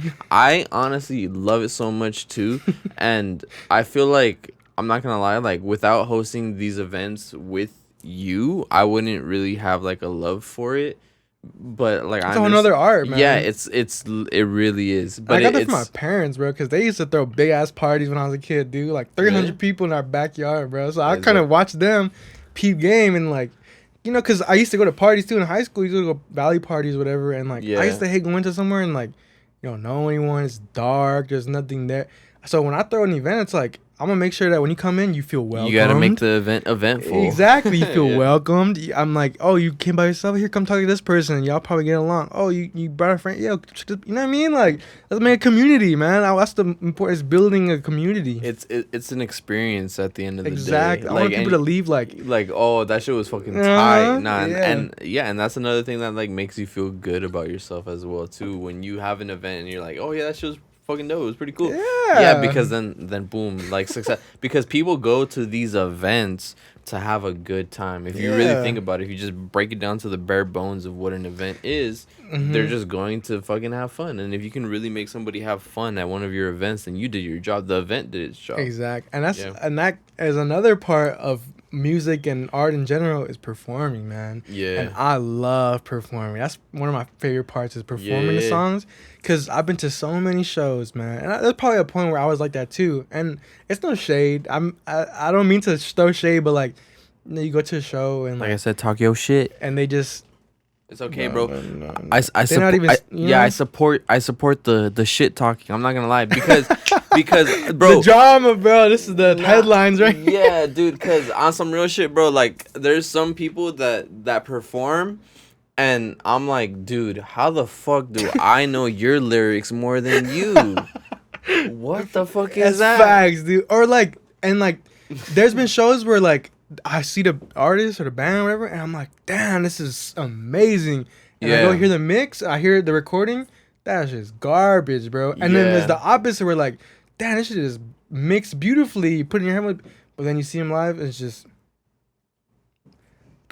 bro. Like, when I perform, I'm gonna leave my fucking heart on that stage. I'm gonna be out of my breath. I'm gonna be out of my voice. And all I ask is the same. I'm gonna give all my energy, and all I ask is for y'all to, for whoever's there, return it to just match it. You know what I mean? Yeah, music is crazy, bro. Because It's an exchange of energy, man. dude. I mean, I just recently went to a Kendrick concert. The Kendrick Oh concert, my! I wanted to go to that so bad, bro. That shit was fucking pretty fucking fire, dude. Just concerts in general, and especially if you guys go to like concerts where they're in big stadiums. Bad Bunny yesterday, man. I was performing at the same time as Bad Bunny, somewhere else, obviously. But yeah, no, I mean, nah, yeah. We were on stage at the same time. Just let that be known. Yeah, and one day you're gonna be at the stage where he was at. Dude, I'm gonna meet him one day. I'm gonna give him a big hug. But what was I gonna say? So, yeah, man, like those, like when you go to like a concert where it's like a huge stadium, that's like the power of music. It's honestly fucking crazy and insane because everybody is tuned into that song, tuned into that frequency, tuned into that, and then the whole crowd is just like one with it, and it's honestly it feels like if it's bigger than life when everybody's enjoying that moment. It's crazy, bro. It's crazy, but it's a blessing. And a side note too, like I'm gonna be real. Talk your shit. Yeah, you gotta be grateful that we're alive. If you saw this video, if you woke up today, you're winning. That's facts. Because like think about it, like we all have a passion for music and art and this and that, but when you pass away, you know what I'm saying? It all happens to all of us, but when you pass away, you can't listen to your favorite songs no more. You can't have your favorite moments anymore. You can't fucking go at the beach and look at the waves crash. Might as well do it while we're here, man. Yeah, and really appreciate and enjoy the little things. I'm here for a good time, not a long time. Exactly. You know what I'm saying? But yeah, music is fucking crazy. But so you were saying, so you were performing and all that? Is that what you're saying? I was gonna say something, but I was like, I don't want to cut you off. But man, no, but yeah, performing, dude. Like, and I'm trying to start a band right now, like to be able to play my music live. I have a bassist and I play guitar. I'm looking for a second guitarist and a drummer. If y'all, well, look, like I said, we're all connecting here. So if you guys have those skills, hit my boy up. But I'm gonna put all. Real quick, stream Alex Infinity down in the description. Yeah, follow on all the platforms. Yeah, Spotify just made an Alex Infinity radio playlist. Go check that out. You can hear some of the homies on there too. I think Devin is on there. Eddie's on there. I saw that. Yeah. The City's on there. Tetra Collective's on there. I don't know if you know them, but shout out to all of them. Yeah. Hopefully they're tuned into this podcast today. But yeah. So what were we talking? I forget. I could just talk, bro. I could fuck. You're gonna have to bring me back into the topic because I'm gonna go off in tangents, bro. No, I mean, well, it's normal for. Excuse the dog for barking, but I'm gonna talk over this because I don't want to cut. This fool has the cutest fucking dogs right here in the front. I walked in, like the size of this can, smaller than this can. I was like, what is that? Yeah, but so. Fuck, I fucking forget. I wish I could just like look at the video and rewind it and then put it back, but no, you said as far as it being a tangent. Yeah, no, but this is what I love about this is why I don't call it an interview. It's not an interview. It's a podcast. You just talk, man. Yeah, let it go where it goes. Exactly. That's the beauty of a podcast. Like I know I have like certain things structured on what to talk about, but every podcast that I go into, I expect to go off in tangents, and that's why I love podcasts themselves. You know what I'm saying? Yeah. Like, and that's why I got into making podcasts. So as far as like the tangent wise or whatever, like I understand that everybody has what they want to say. So that's another thing that I respect. As far as that, so don't ever like, cause you saw the Felicia one, right? Yeah. He was like, bro, I'm getting off topic. Let it go where it goes. I'm like, nah, bro. You're good. Like that's just a part of the process. Man, I'm buzzed right now, and hearing your voice in these headphones, you got a nice voice, bro. It's very sweet. Yeah, I have a radio. You know, you got that little vocal fry. Hey, you when you do something a lot and you watch yourself, because like I said, each one of these podcasts, I fucking edit and I hear everything that I say, and am very critical and analytical with what it is that I do, how I move, my posture, my sayings, my this, my that, the way I talk or whatever. So it's like when you do something a lot, you really kind of like see what it is that you're doing, and you're like, okay, I'm gonna do this better. So that's why, like I said, if I'm gonna be a host or whatever, like I want to be a good host. Yeah, make sure all my I want to make sure all my guests are comfortable. I want to make sure all the viewers and you're really good at doing that, man. Thank God, yeah, because like even in the studio, you do a good job of making people feel. Yeah, that's important, man. That's very important. I thank you for bringing that. Like, thank you because I admire that about you, because you can go into a studio session and be like, fuck, you feel uncomfortable, and then you can't perform. But with you, it's always like, bring the best out of people.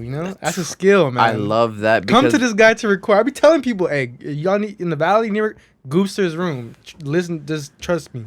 I appreciate that a lot, because yes, it is a skill, and that's a skill that I fucking really did work on, trying to make people feel comfortable, because I've gone to a bunch of different studios where they just record or whatever, but it's like whack, bro. No, exactly. But I really made it a thing to bring out like the best performance in an artist, and the only way you can do that and bring out the absolute best performance within an artist is to make them feel comfortable. So just from coming from that background within the studio, I do that, and then just having these podcasts, you know what I'm saying? It's like I want to make sure you guys are comfortable.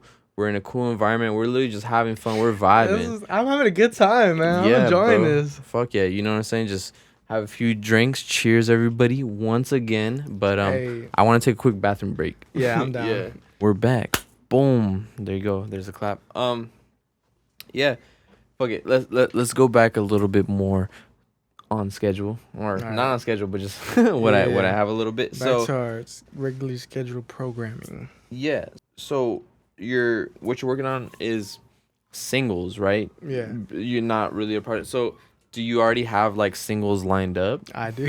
Yeah. All right. So I guess I might as well tell everyone at this point. They'll probably have heard of it. I'll probably have announced it by the time this comes out. Yeah. But I have a new song called Dueña. It's my first song in Spanish. It's coming out October 12th. If you're in LA, technically October 11th at 9 p.m. I got a music video lined up. I'm super hyped for this. It's my first song in Spanish, bro. Yeah. I'm like, and it's good. I like it a lot. It sounds good. I'm so excited. I performed it already like twice, and I'm just ready. What was the feedback on that?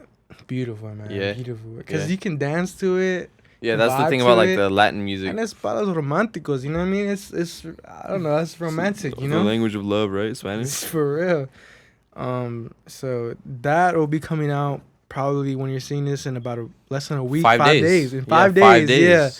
5 days. You can go pre-save it right now. If those that use Spotify, go on my Instagram, hit the link in my bio, take you to my website, and it's right there first thing. Boom. Send me the pre-save link and I'll put it in the description too. Please, that helps a lot. Yeah, it might not seem like much, but it helps a lot with the algorithm. You know how that shit is. It helps a lot with that. You want to know what's funny? That's how you chart #1 on billboards. Absolutely, from pre-saves. That's absolutely. Did you know that? Bro. Yeah, like if you have like a bunch of people. I didn't know that. No, yeah, like that's how it works, because it adds up when it drops. So let's say you have like an album that comes out on Friday or whatever. Yeah, like how you said Friday. So does it like count as a play already? Yes. Okay, yeah. So it counts like if you have like, let's say you have like 1 million pre-saves only. Like the song hasn't even come out yet. That's already 1 million streams. Yeah, not just 1 million streams. I mean, maybe I don't know. No, I don't know if it counts as a stream, but just the fact that you have it pre-saved. It helps with playlisting a lot, and like Spotify curated play. That's a whole nother thing. But Spotify curated playlist, that shit you can go #1 just from those, man. Yeah. So as far as the playlists go, or not playlists, but just pre-saves. Yeah, it actually does help out a lot, because when the song actually does drop, it counts and it boosts it up. So what I'm saying is like, it's the algorithm. Yeah. So with pre-saves, this is what I mean. Besides playlists and whatever, like I know it helps out with that, but this is what it happens with like you could literally go #1 on the charts just off of pre-saves. That's crazy. No, yeah, dude. because this is how you do it. It's weird. Like, I just found this out recently. You have a bunch of people pre-save your shit, and then just the fact that they pre-saved it, like, let's say like on the Apple charts or whatever, it already counts it towards like, oh, okay, this, it already got like engaged. So by the time when it does drop, all the pre-saves that got saved before the actual drop, it competes with all the other pre-saves plus additional actual streams the day of.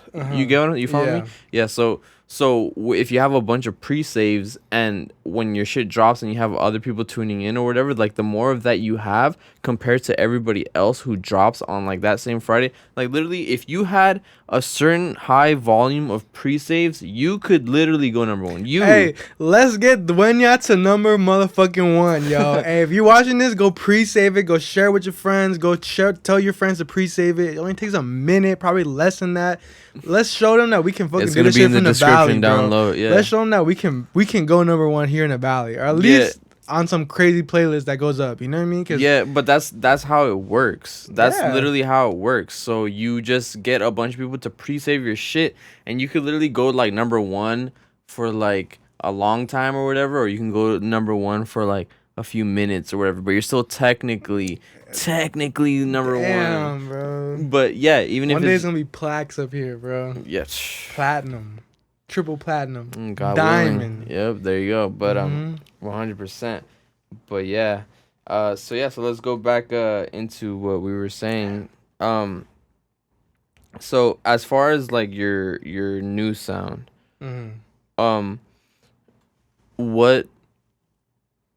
what would you feel like you're working on? So you said you're doing a bunch of singles. You have Dueña coming out, right? That's a Spanish song or whatever. But for the new stuff that you're working on, what do you think that kind of is the new sound? Like, what do you put? Because let me give it kind of like a little precursor with Pity Party. There was some alternative stuff, you know, like some rap stuff or whatever, and then there was also a lot of hyper pop. And bro, honestly, you do hyper pop so well. You think so? Thank you, man. Nah, I genuinely enjoyed like the hyper pop records that you had because it just sounded so natural with like you and with what you're doing. So I'm like, oh shit, like this really fits in very well with like your whole, I guess, image or whatever, or just your artistry. But as far as like new stuff goes, you know what I'm saying? Like everybody, hopefully you have by now tuned into all of this dude's body of work. But I have a lot. There's a lot to explore, but yeah, but exactly, and it's like a bunch of different sounds everywhere. But where are you trying to push it now? That's a good question. The way I see it is like I'm really been getting back, like you said earlier, getting back into the music I grew up listening to, which is like a mixture of like alternative rock from like the latter half of the 21st century. Wait, what are we in? Of the thousands of like the 2000s. The 19,000s. Plus the early 2000s. I've been listening to a lot of like My Chemical Romance, Blink 182 and shit. No, bro, Blink 182 is like a little bit older, no? Yeah. But MCR, even like The Cure, and I've been trying to take it more. Okay, this is what I've been trying to do is like, and with your video with Felicia, you kind of mentioned, like he was mentioning the rage beats. You know what I mean? Yeah. It's a new era, man. It's a new decade. You know, this is 2020s. You know, the 2010s you're is gone, You're bro. hopping on rage shit. I'm not hopping on rage shit, but I'm trying to that same energy of like, let's fucking go crazy, man. It's turn up. Like punk, but like modern, in a modern way. It's not the punk of the late 70s, 80s, you know. Like honestly, Playboi Carti is like the modern punk. If you really think about it, I don't know about that. I think he is. Sonically, I would say yes, but it's also it's more than just an aesthetic. It's also like a mentality. It's also like a way of living. But look at Playboi Carti. Like realistically, like that's like mentally you saying, yeah, it's like, okay, so what is punk? Punk goes, it's not just fuck everything, fuck everyone. It's about rebelling against oppressive systems, man. And it's like that, like making people, I mean, part of it, yes, is like this rage. But look at Playboi Carti though. My bad.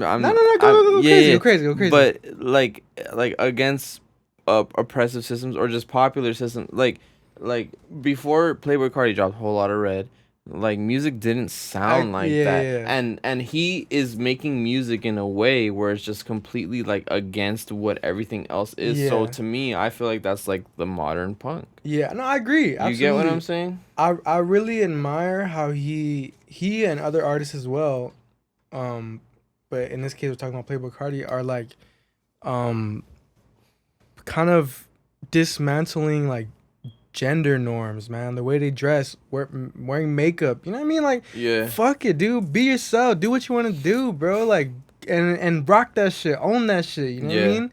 Him, like, there's a lot of other incredible artists as well. Bad Bunny's doing that shit to some extent as well. A lot of queer artists, like, and I'm trying to be part. I'm just trying to push things forward, man. Whether it's Yeah. sonically, whether it's as a culture. Yeah. That's my ultimate goal, is to push things forward. I don't want to just make, like, I'll give you an example. Fucking that fool MGK, bro. Fuck Machine Gun Kelly, dude. It's just rehashing the same shit. I'm trying to push that shit forward. There's artists that are not just making the same things as 2000s, Yeah. but taking those influences and pushing it to new levels. Exactly, man. Which is what That's why I do that's like great art Playboi is, Carti. man. I mean, Yeah, because if you party, bro, hell yeah. because if you really think about it, yeah, like, his music is just always, like, pushing a new agenda, and he's at a level where He can do that, where he has a cultural significance and Yeah, excuse influence, me. where people will, he makes something like that, because he didn't start Rage Beats, bro. That was like, I don't know, like, what's his name? Fucking, fuck. What's his name? I'm forgetting his name right now. Oh my god, dude, I can't remember. He started on like Roblox as like a Roblox server. I don't know if you've heard that story. I forget his name, dude. Oh my god, I'm blanking out right now, but fuck it. So you want to make shit that goes forward. Push it forward. Goes forward. So, but like, there's a thing where you could push it forward to kind of what is already kind of out and trending and popping or whatever, and you can push it forward in that way.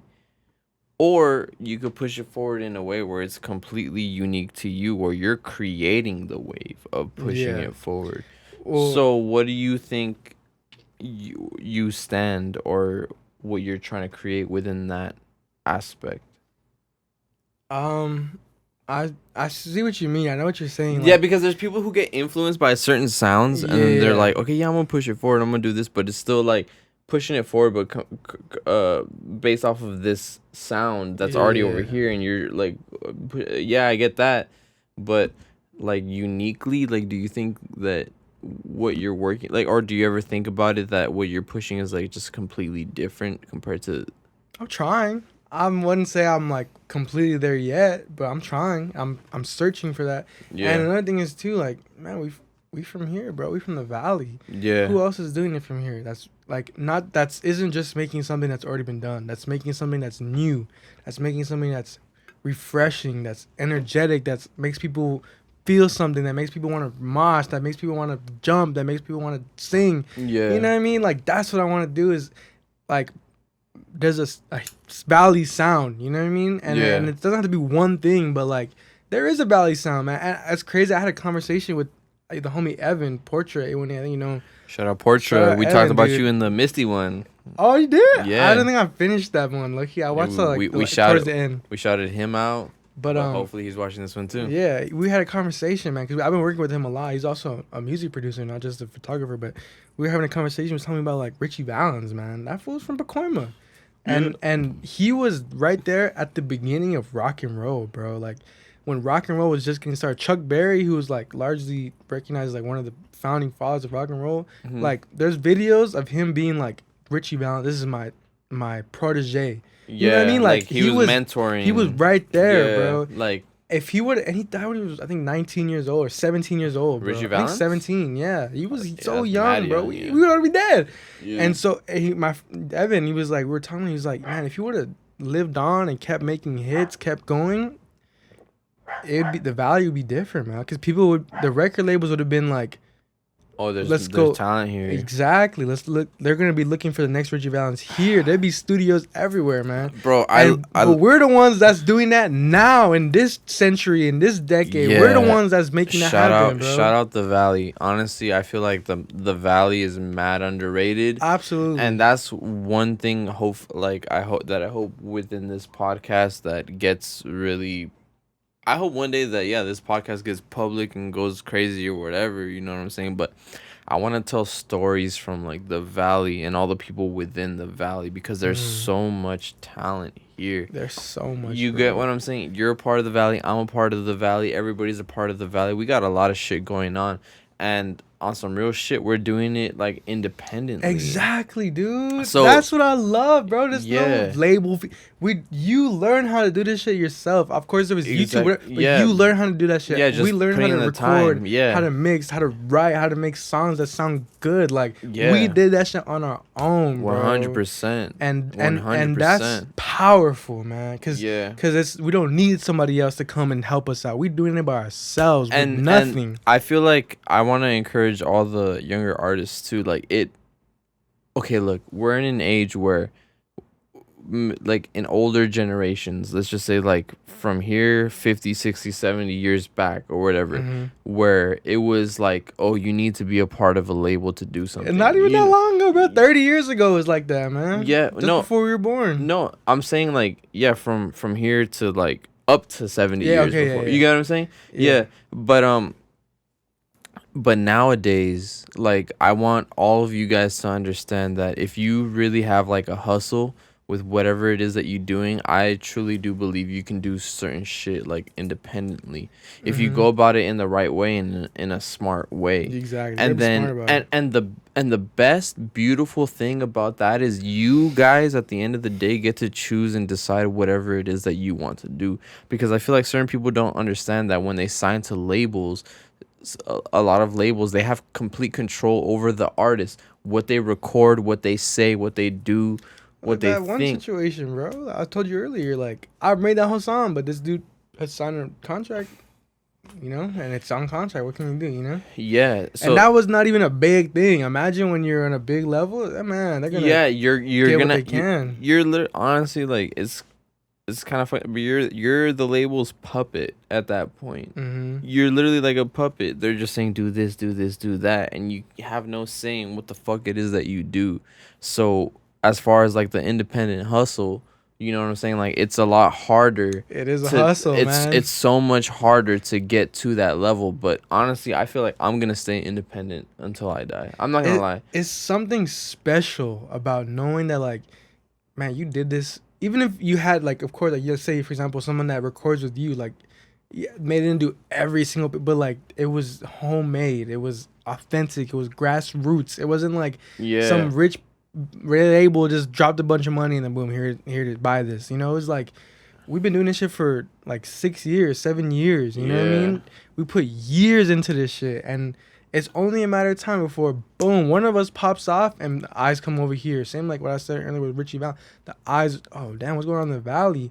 Boom. And the talent is here. It's not a matter of talent. It's just a matter of the exposure. And we've been saying this for years. It only takes that one song to just pop off and be like, here we at. Here we are. Here we at. Here we at. Here we at. Hashtag here we at. Real quick. You're the true definition of an artist. Yeah, I think so, because you're very creative. But besides that, I want to move on already to the next point. Let's go.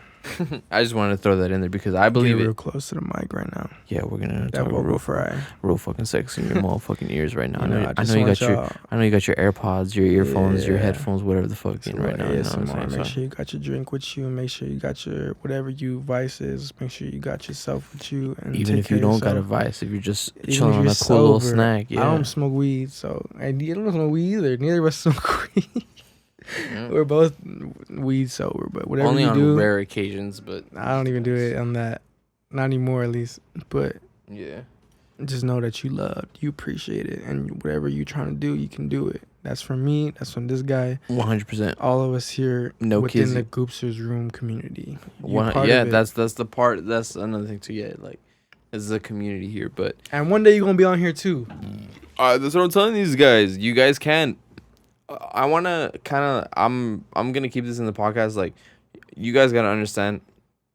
If I don't know you, like this is the thing. It's like if I don't know you, then I can't have a full conversation with you. Yeah. In a podcast, I know this guy for a long Literally, time. dude. It's like a real. I'm tripping out, bro. Yeah, it's like Damn. it's like a real communication, a real dedication. So it's like I forgot we were filming. yeah, nah. Well, I mean that's just how it is. But like Uh-huh. I actually genuinely know who you are, and I've known you for 5 years. Literally, it's Yeah, crazy. man. I've known you for 5 years. Yeah. Bro, it's fucking that's insane. wild. Yeah. So for the people who, I mean, whoever's watching or whatever, it's like you guys could most definitely be a part of this podcast, but make sure you're also engaged in the community, and that's it. Be a part. Come in if you make music or whatever. Drop a comment. Yeah, just be part of the community. Yeah, yo. just really engage, and that's how you really connect with people. Because if you just expect like, oh, I don't really watch you or I don't do this or whatever, but I want to get a podcast episode, dude. I had somebody hit me up who I don't fucking talk to. I don't know who the fuck this dude is or whatever the fuck. And I'm not trying to close down doors. Like, I'm saying, like, I can most definitely still get a podcast with this person, but they don't even know what the fuck it is that I do. They just want to hop on the wave to get a Yeah. platform for themselves. But no, this Goobster's Room is completely organic and authentic. And if you guys are a part of Goobster's Room, then I'm going to take care of you just like how I take care of everybody. And that's till the end. absolutely. That's just how it is. I'm sure. I'm literally like forgetting that this is gonna be on the internet later. I'm like, It's gonna be. It's just we're just talking, man. Yeah, no, it's gonna be priceless. No, and that's what I'm saying. Like when in the beginning of the episode, like I've done so many of these already, where I'm already kind of used to this Yeah. shit, bro. But I'm saying like, as we get into it, it's a little bit more priceless. But it's like it's a real talk for us to talk our shit on the internet. Yeah, absolutely. Bro. And- It's gonna be there forever. Yeah, as long as Human beings exist. Yeah, you know, or as long as like hopefully like all these platforms that we upload on exist Yeah. too, because that's another fucked up thing too. You Imagine, never oh know, my bro. You could upload some shit and then it just fucking gets taken down. RP or- Vine. Yeah, or, you know what I'm saying? So Yeah, like nah. hopefully this shit stays up, but I mean I keep all my shit on my hard drive either Yeah, way, There you go. on my archives or whatever, so I'll start my own website. No, I'm just kidding. You put it on your website? You should. No, I mean I I like a should little sub I should page or something. Yeah, I should and I could, but I just gotta see what the files are or whatever. But Plug yourself real quick. Goobstersroom.com. yeah, okay, so if you guys wanna, yeah, I appreciate that. So if you guys wanna like engage with me, like this is one thing that I've kind of been thinking about. I feel like people who are watching the podcast or who follow the Goobster's Room page are kind of like thinking, oh, this turned into a podcast page or whatever. But no, like my main focus is the music. So if you guys make music and you want to get into the music, then go to goobstersroom.com, see what I got or whatever. But you don't even need to really go on to the website. You can just DM me and we can really connect and work on whatever music that it is that you want to do within just a fucking DM. All you got to do is really just reach out. But aside from that, let's get back into the And episode. also alexinfinity.com. There you go. Yeah, alexinfinity.com, because that's where this dude shares all of I his got- projects, his merch, his this, and that. Everything. Yeah, and I mean, you need to have a website too, but I don't want to get into that, whatever. Yeah, that's But what I think. so back to, because we got pretty. I'm not gonna lie. I know. I don't know what the fuck. The past few minutes are probably fucking mad sidetracked. I'm not even gonna. They're gonna be fucking watching lie. this like, what the fuck these fools talking about? No, but when I edit all this shit, like Yeah. I always, like I said, I edit it to make sense I just because realized you got the docs on. Those docs? yes, sir. Sick ass. Fool. I'm just new boot goofing, There you go. but Goob, new boot, goofing. I'm new boot goofing. Shout out Cougars, because that dude put me onto that shit. But whatever. Oh, yeah. So now back to your, what did they say? Your regularly programmed. Regularly scheduled programming. Yeah, your regularly. Yeah, there you go. Nah, but we're not programming you. I mean, we kind of are, because we're trying to program them. We're going off. Go back. We're not programming you. Let's go. No, we're trying to make you guys just think in a better way so you guys can better yourselves. That's it. Yeah. But so we all have lives outside of music and all that shit or whatever. So what are some other things that you do creative wise that you know what I'm saying, that you do besides music creatively? You know, so you said you do like you just did your Dueña music video Yeah. and all that shit or whatever. So what are some other things that you do? You know, Man, everything, bro. As soon as creatively, I yeah. wake up, man, the outfit that I choose to wear today, all my music videos, for the most part, there's a couple exceptions. The last one was done by Misty. We edited it together. We were sitting in the same room. I was like, do this, and he would be, oh, let me try this. Okay, I like that. But for the most part, I edit all my own videos. I made these pants that I'm wearing right now. You can see them, but I like to. I've just recently got into sewing and like making clothes and stuff. Yeah. I used to make with just glue because Loki Devin, Charles Da Vinci, like, because we used to go in 2018 summer. We would go to the thrift store every fucking all the time whenever we could. Keto days. Yeah, for real. Yeah. And we would get clothes and he would like cut them out. And I started doing it. So shout out to him. He's big inspiration as far as drip. But I've recently Yeah. started learning how to sew. So I made these pants. That's just like another creative outlet. I haven't been doing as much lately, but I used to write a lot of poetry. I write a lot. I have journals. Like I have, when I die, people are gonna find my backpack that's full of notebooks. That's full of everything: thoughts, poems, lyrics, whatever. I have one of your poetry things here. Oh my, no way! You have that shit? Yeah, I never threw It was the to those who are seeking. Yeah. Oh my god, that Bro, like everything. I literally still have. Look, I don't even have one of those. This is the dollar that you gave me on my birthday. I- This dollar, this dude gave it to me Which on my- birthday? I don't even remember that. What the? I forget which birthday, but you like gave me like a note and you're like, "Happy birthday, Goob," whatever, blah blah blah.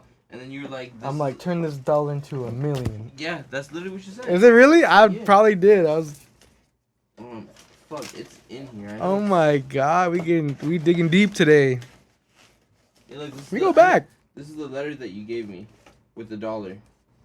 That makes sense. What did I say? You said. Oh my Oh, god. no, oh, this is the There's dollar. another dollar. No, What the this was the You still dollar. have the dollar? Yeah, so you gave me that letter, Damn. and then hold on, let me put the look in right here, look the poem. And this. There it is. There it is. Yeah, see it. This is my poetry book from 2018, I think. No. Oh, can I see? Yeah, Damn, I haven't even seen this since then, bro. that's what I'm saying, bro. I keep everything. To those who are, should I read the first poem right here? Fuck it, read it. All right, this is the first poem in my little self-made zine. It's called "To Those Who Are Seeking." I was probably like 18 or maybe 19.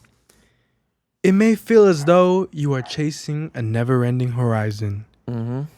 It may feel like some sort of mythical chest, an urban legend, a tall tale. But I assure you, do not lose hope. The treasure exists somewhere does. beneath the rubble of broken relationships and the trash heap of lost dreams lies Yep. a buried treasure, the holy grail, the promised land of milk and honey that you have been so desperately awaiting. Ooh. That of what you dream of is somewhere not over the rainbow, Nope. but within your very self. Ooh. Alex Infinity. Dude, I even wrote you a little note right there. Well, you wrote a note for everybody. I'm pretty Yeah, sure I you did, get- but- Oh, look, Mr. Sanchez. That was his name. Mr. Oh, Sanchez. shout out to Mr. Sanchez, man. That's the reason we're here. Mr. Yeah, Sanchez. if it wait. wasn't for you, my boy. That Whatever. was sick, man. Damn. I'm That's telling you, crazy. bro. I keep all that shit, bro. But I'm telling you, I keep everything. Yeah. I'm a big like I hated fucking history, but when it comes to creating history, Uh-huh. I'll keep it. I remember I watched your podcast with, I think it was Ethan Reyes or something. Yeah. I remember there was a part where you mentioned like, oh, he was like, you were like, oh, I kept this microphone, but, and he was like, oh, you could just buy another one. I No, but resonated with it's- you said. Yeah, it's like- like the attachment of what you Uh-huh. created with Yeah, what you had. absolutely. Like I just recently, Like this is literally- the mic that I recorded all this. Exactly, yeah. bro. I I feel like he didn't get that. Like shout out to you, my boy. But I feel like he was thinking like some other shit. Like oh, Yeah. well, you could just buy another mic. But no, it's the sentimental value. yeah, yeah, man. that's what exactly You what know, it was. I just upgraded my whole setup. I got a new thing, but I'm like, I can't throw away my old fucking Focusrite, man. That's I made 4 albums on that thing. I made 5 projects, 6 projects. Yeah, I have You my know what I old mean? speakers, my old computer, my old hard drives, Yeah. all that shit. Because one day we gonna open a museum. Exact. That's gonna be right there Huh. with the stickers and all the scratches and whatever. Exactly. But Damn. fucking yeah, so okay, cool. Boom. So another thing that I want to talk about too is your like monthly listeners and your streams, Uh, because you have a pretty cool healthy amount of people that uh, are engaged within your music. So how do you feel that you get that engagement within your music as far as like number wise, or do you see that translate into shows? I just pay for it all. No, I'm just Huh, kidding. I was like, what? Okay, there's two things. First of all, Spotify is weird because playlisting exists, and Yeah. I'm not gonna lie. Like some of my songs, like for example, "Sylmar Sunset," that's like my most popular song. I playlisted it, but I try my best to not just boom pay someone and give money. I'll go through Spotify. This is a hack for anyone that's whatever that has their music. You on the search bar, I put like a kind of what we were talking about with the Felicia, like a headline. What is it called? Like Oh yeah, a like a keyword, keyword. a Yeah. keyword, and then I put like at gmail.com or not, excuse me, not at, but like, yeah, at gmail.com. And so it'll show like playlists, for example, with Sylmar Sunset, like I'll put like, oh, alternative indie, whatever, at gmail.com. And you'll find a bunch of playlists that are like people who have their email or sometimes like their Instagram or something. So for like, for Attached example, to the Sylmar playlist. Sunset, Yeah. when it first came out, I was doing that. I have like a whole little list that I made myself. Yeah. And I found this dude on Instagram and I like DM'd him like because of that. And I was like, oh, I have this song. I think it'll fit nice in your playlist. How do you go about it? And he was like, oh, give me $30 and I'll put it in for a month. That shit is still in there. Like 3 years, 2.5 years later, I give him Yeah. $30. It's still in there. So that is already generating 20 plays per week or per month, something like that. So you know what I mean? So you're playlisting your shit. Yeah. So you're actually really utilizing the Yeah, power of but like playlisting. it's important to recognize the difference between like a just A genuine playlist exactly, and a money man, grab playlist. exactly. Because there's ones where boom, you pay it, your streams go up to 50,000, and then as soon as they take it out, boom, back to 100 or whatever. You know what I mean? And that's like, what's the point of that? You know, just to flex and be like, yeah, you know what I mean? So like, and It's just- sometimes it's hard to tell. You know, I mean, they are vanity metrics, but people really still do kind of Yeah, look yeah. at them. and it helps with like playlist, other playlisting as playlists, well. Yeah, yeah. because then Okay. maybe they see that one, Spotify sees that. And they're You're like, in these- oh, like, oh, Exactly. they want to get, okay. But aside from that part, I like to think that I'd have actually organically grown a little bit, like a little fan base, man. I That's mean, what I a think lot so, of it too. comes from one is just how you engage. I try to, and honestly, like in the last year and a half, I probably haven't been the best as I could before, like the pandemic. I think a lot changed, but I used to perform a lot, man. 2019, every weekend I was doing a show, whether it was an open mic, like a backyard show, some little venue at a homie. Every Just like- fucking weekend, bro. And you actually had like a genuine connection with the people that you were there and with, and that comes right? back to what I was saying earlier with performing. When I go, I'm gonna leave my your heart on the presence, stage your so that essence, yeah. when you leave, I remember we did a show one time with Jason. It was Oh, in Hollywood? in Hollywood. I remember telling Aikido everyone. I remember being like, it's all love to all the other performers. We wish them the best. Yeah. But we gotta make sure that when people leave, they remember us. And I live by that, man. I want to make sure that Yeah. when people come, they remember. Damn, that fool gave his heart. It was vibing, and like Yeah. I just did a show yesterday, man, and like I was playing. Everyone else for the most part had a whole band with them. They had a drummer, 2 guitar. I was just me with my fucking MP3. You know what I mean? But I make sure I go up there. I start off. I look everyone in the eyes. Let's take a deep breath together. You know what I mean? I'm like jumping, I'm screaming, I'm jumping in the Yeah. crowd. Cause it's like, I want to make sure that y'all leave different than you came. At least a little bit. At least a Yeah. tiny little bit, And then like 2019, I did that literally, I swear to God, every week. Sometimes I would do 3 shows a day, sometimes several shows a week. I was doing CSUN. I was working It's for his crazy. 3 shows a day. there was one time literally I woke up, it was like 1 a.m, and that was the one where it was one person in the fucking show. I had one like around middle of the day, noon, and then the homie that put that one together was like, oh, I'm doing another one later in Hollywood, come through, I have an extra slot.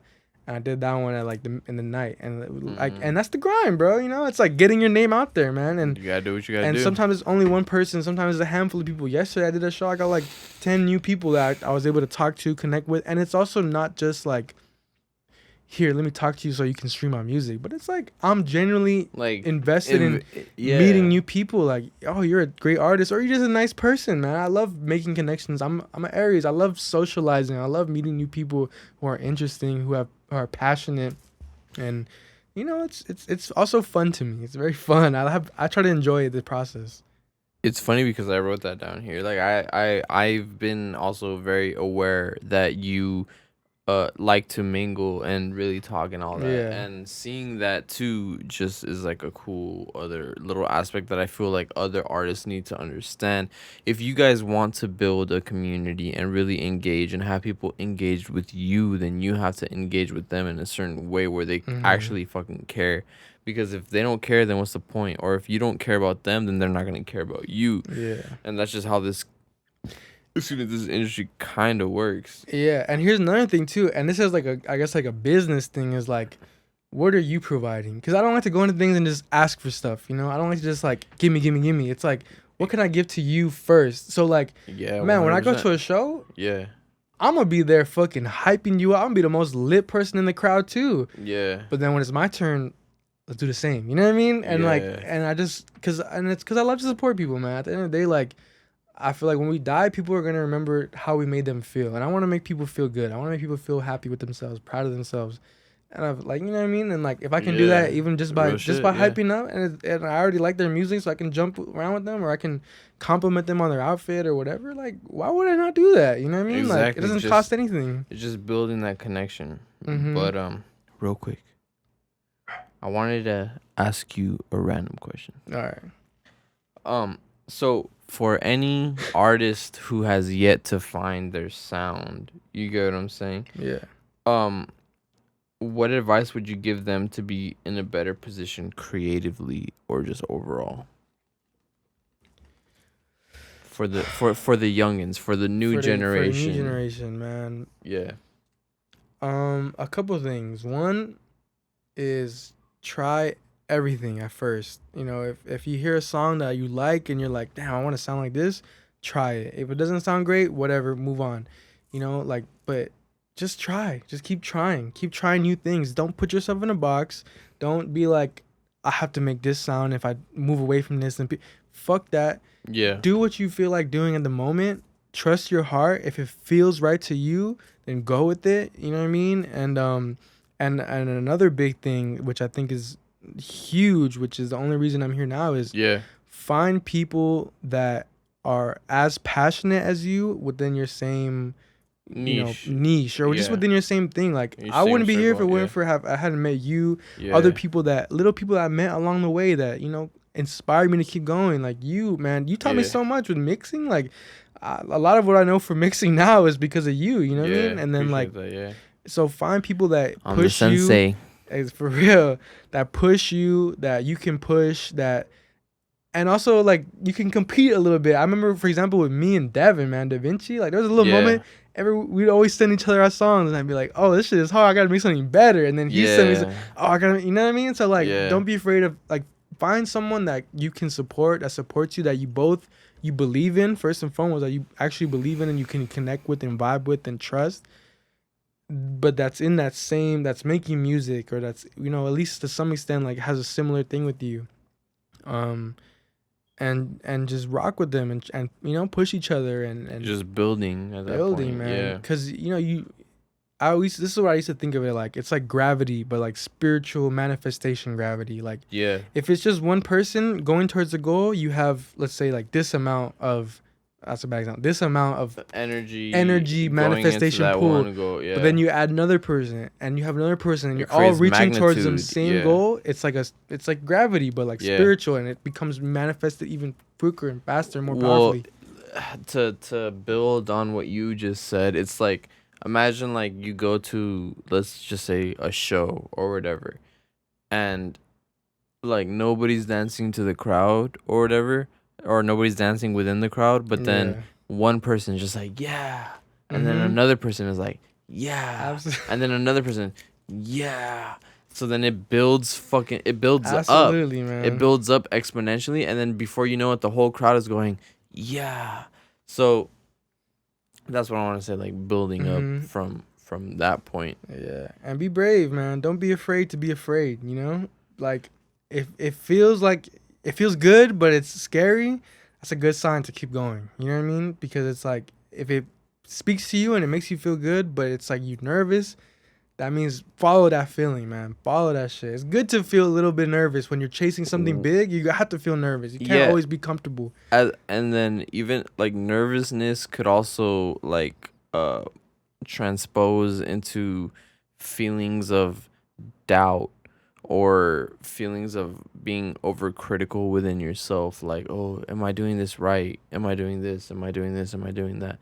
But at the end of the day, you just got to worry about doing it first, and then after you do it, then correct yourself after. But just as long as you're doing it and you actively make the choices to continue on improving within yourself, then you could really get things popping off too.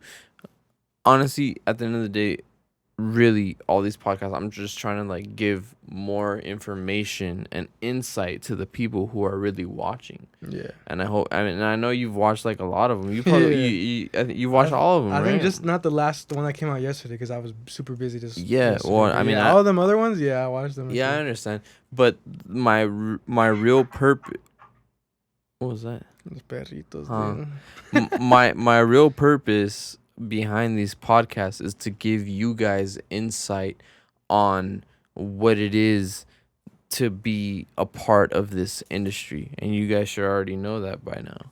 But let's just continue a little bit more, and then we'll wrap it up. I'm say one more thing about that. I'm running a little bit. Okay. No, we're good. We got like a few minutes. It's good to try things when you first start. Try different things. Find what you're passionate about. Yeah. But if you decide whatever it is, whether it's music, whether it's sports, whether it's a college degree, if that's what you decide you want to do, you got to be willing to sacrifice and give everything for it, man. Like that's really what it comes down to is how much are you willing to give? Yeah, man. Like losing friends, losing opportunities in other places. You know what I mean? Like really losing your soul. Dead ass. No, like sometimes like losing your mind, bro. There'd be times where I'm fucking having mental breakdowns doing this shit. There'd be times when I used to do open mics where I'd be hosting that shit and things were going on outside and I'd be breaking down and having to fucking hold the mic and say the next part. You know what I mean? But like that's really like how much are you willing to give? And like of course take care of yourself, enjoy life. 100%. Don't like let it. I always used to say this. I want to make sure that the music is about my life, not just my life about the music. Yeah. You know what I mean? And like, I remember, and ever since you told me that, like it always like stuck. Yeah, because I mean I spend so much time, but also I want to live my life as well. I want to have real experience, enjoy life. I don't want to just constantly be anxious about making the next song or making it. Yeah, you're just like ooh, like I fuck with that. Yeah. There's balance. It's balance. It's real. But there is definitely a lot of sacrifice involved for sure. And a lot of dedication and yeah. I feel it. So, I mean, that's all that I got. And so far it was a pretty cool, lengthy episode. But real quick, again, before we finish it out, we're gonna let the dogs chill. I don't know what they're doing. Whatever, but real quick. So, do you have any special message that you want to give out to the people who are watching it? You already gave like one earlier, but just one more where it's just that you want to give to the people. If you're watching this, I just want you to know that whatever you feeling right now, if it's good, chase it. If it's bad, just know that everything comes to an end. Everything is balanced. If it goes one way this way, it has to come back this way. You know what I mean? So don't focus too much on the present feeling. Focus on what's going on right now, but don't worry too much, man. Have fun. Don't take life take life serious, but don't take it too serious. Be able to laugh at yourself, man. Be able to have fun, but also work hard. And find things that you're passionate about. Find people that you love spending time with that bring out the best in you, that make you feel alive, that make you feel grateful to be alive in this world. And spend time with them and tell your friends you love them. Tell them that they're beautiful. Tell them that they're talented. Tell them they're great. And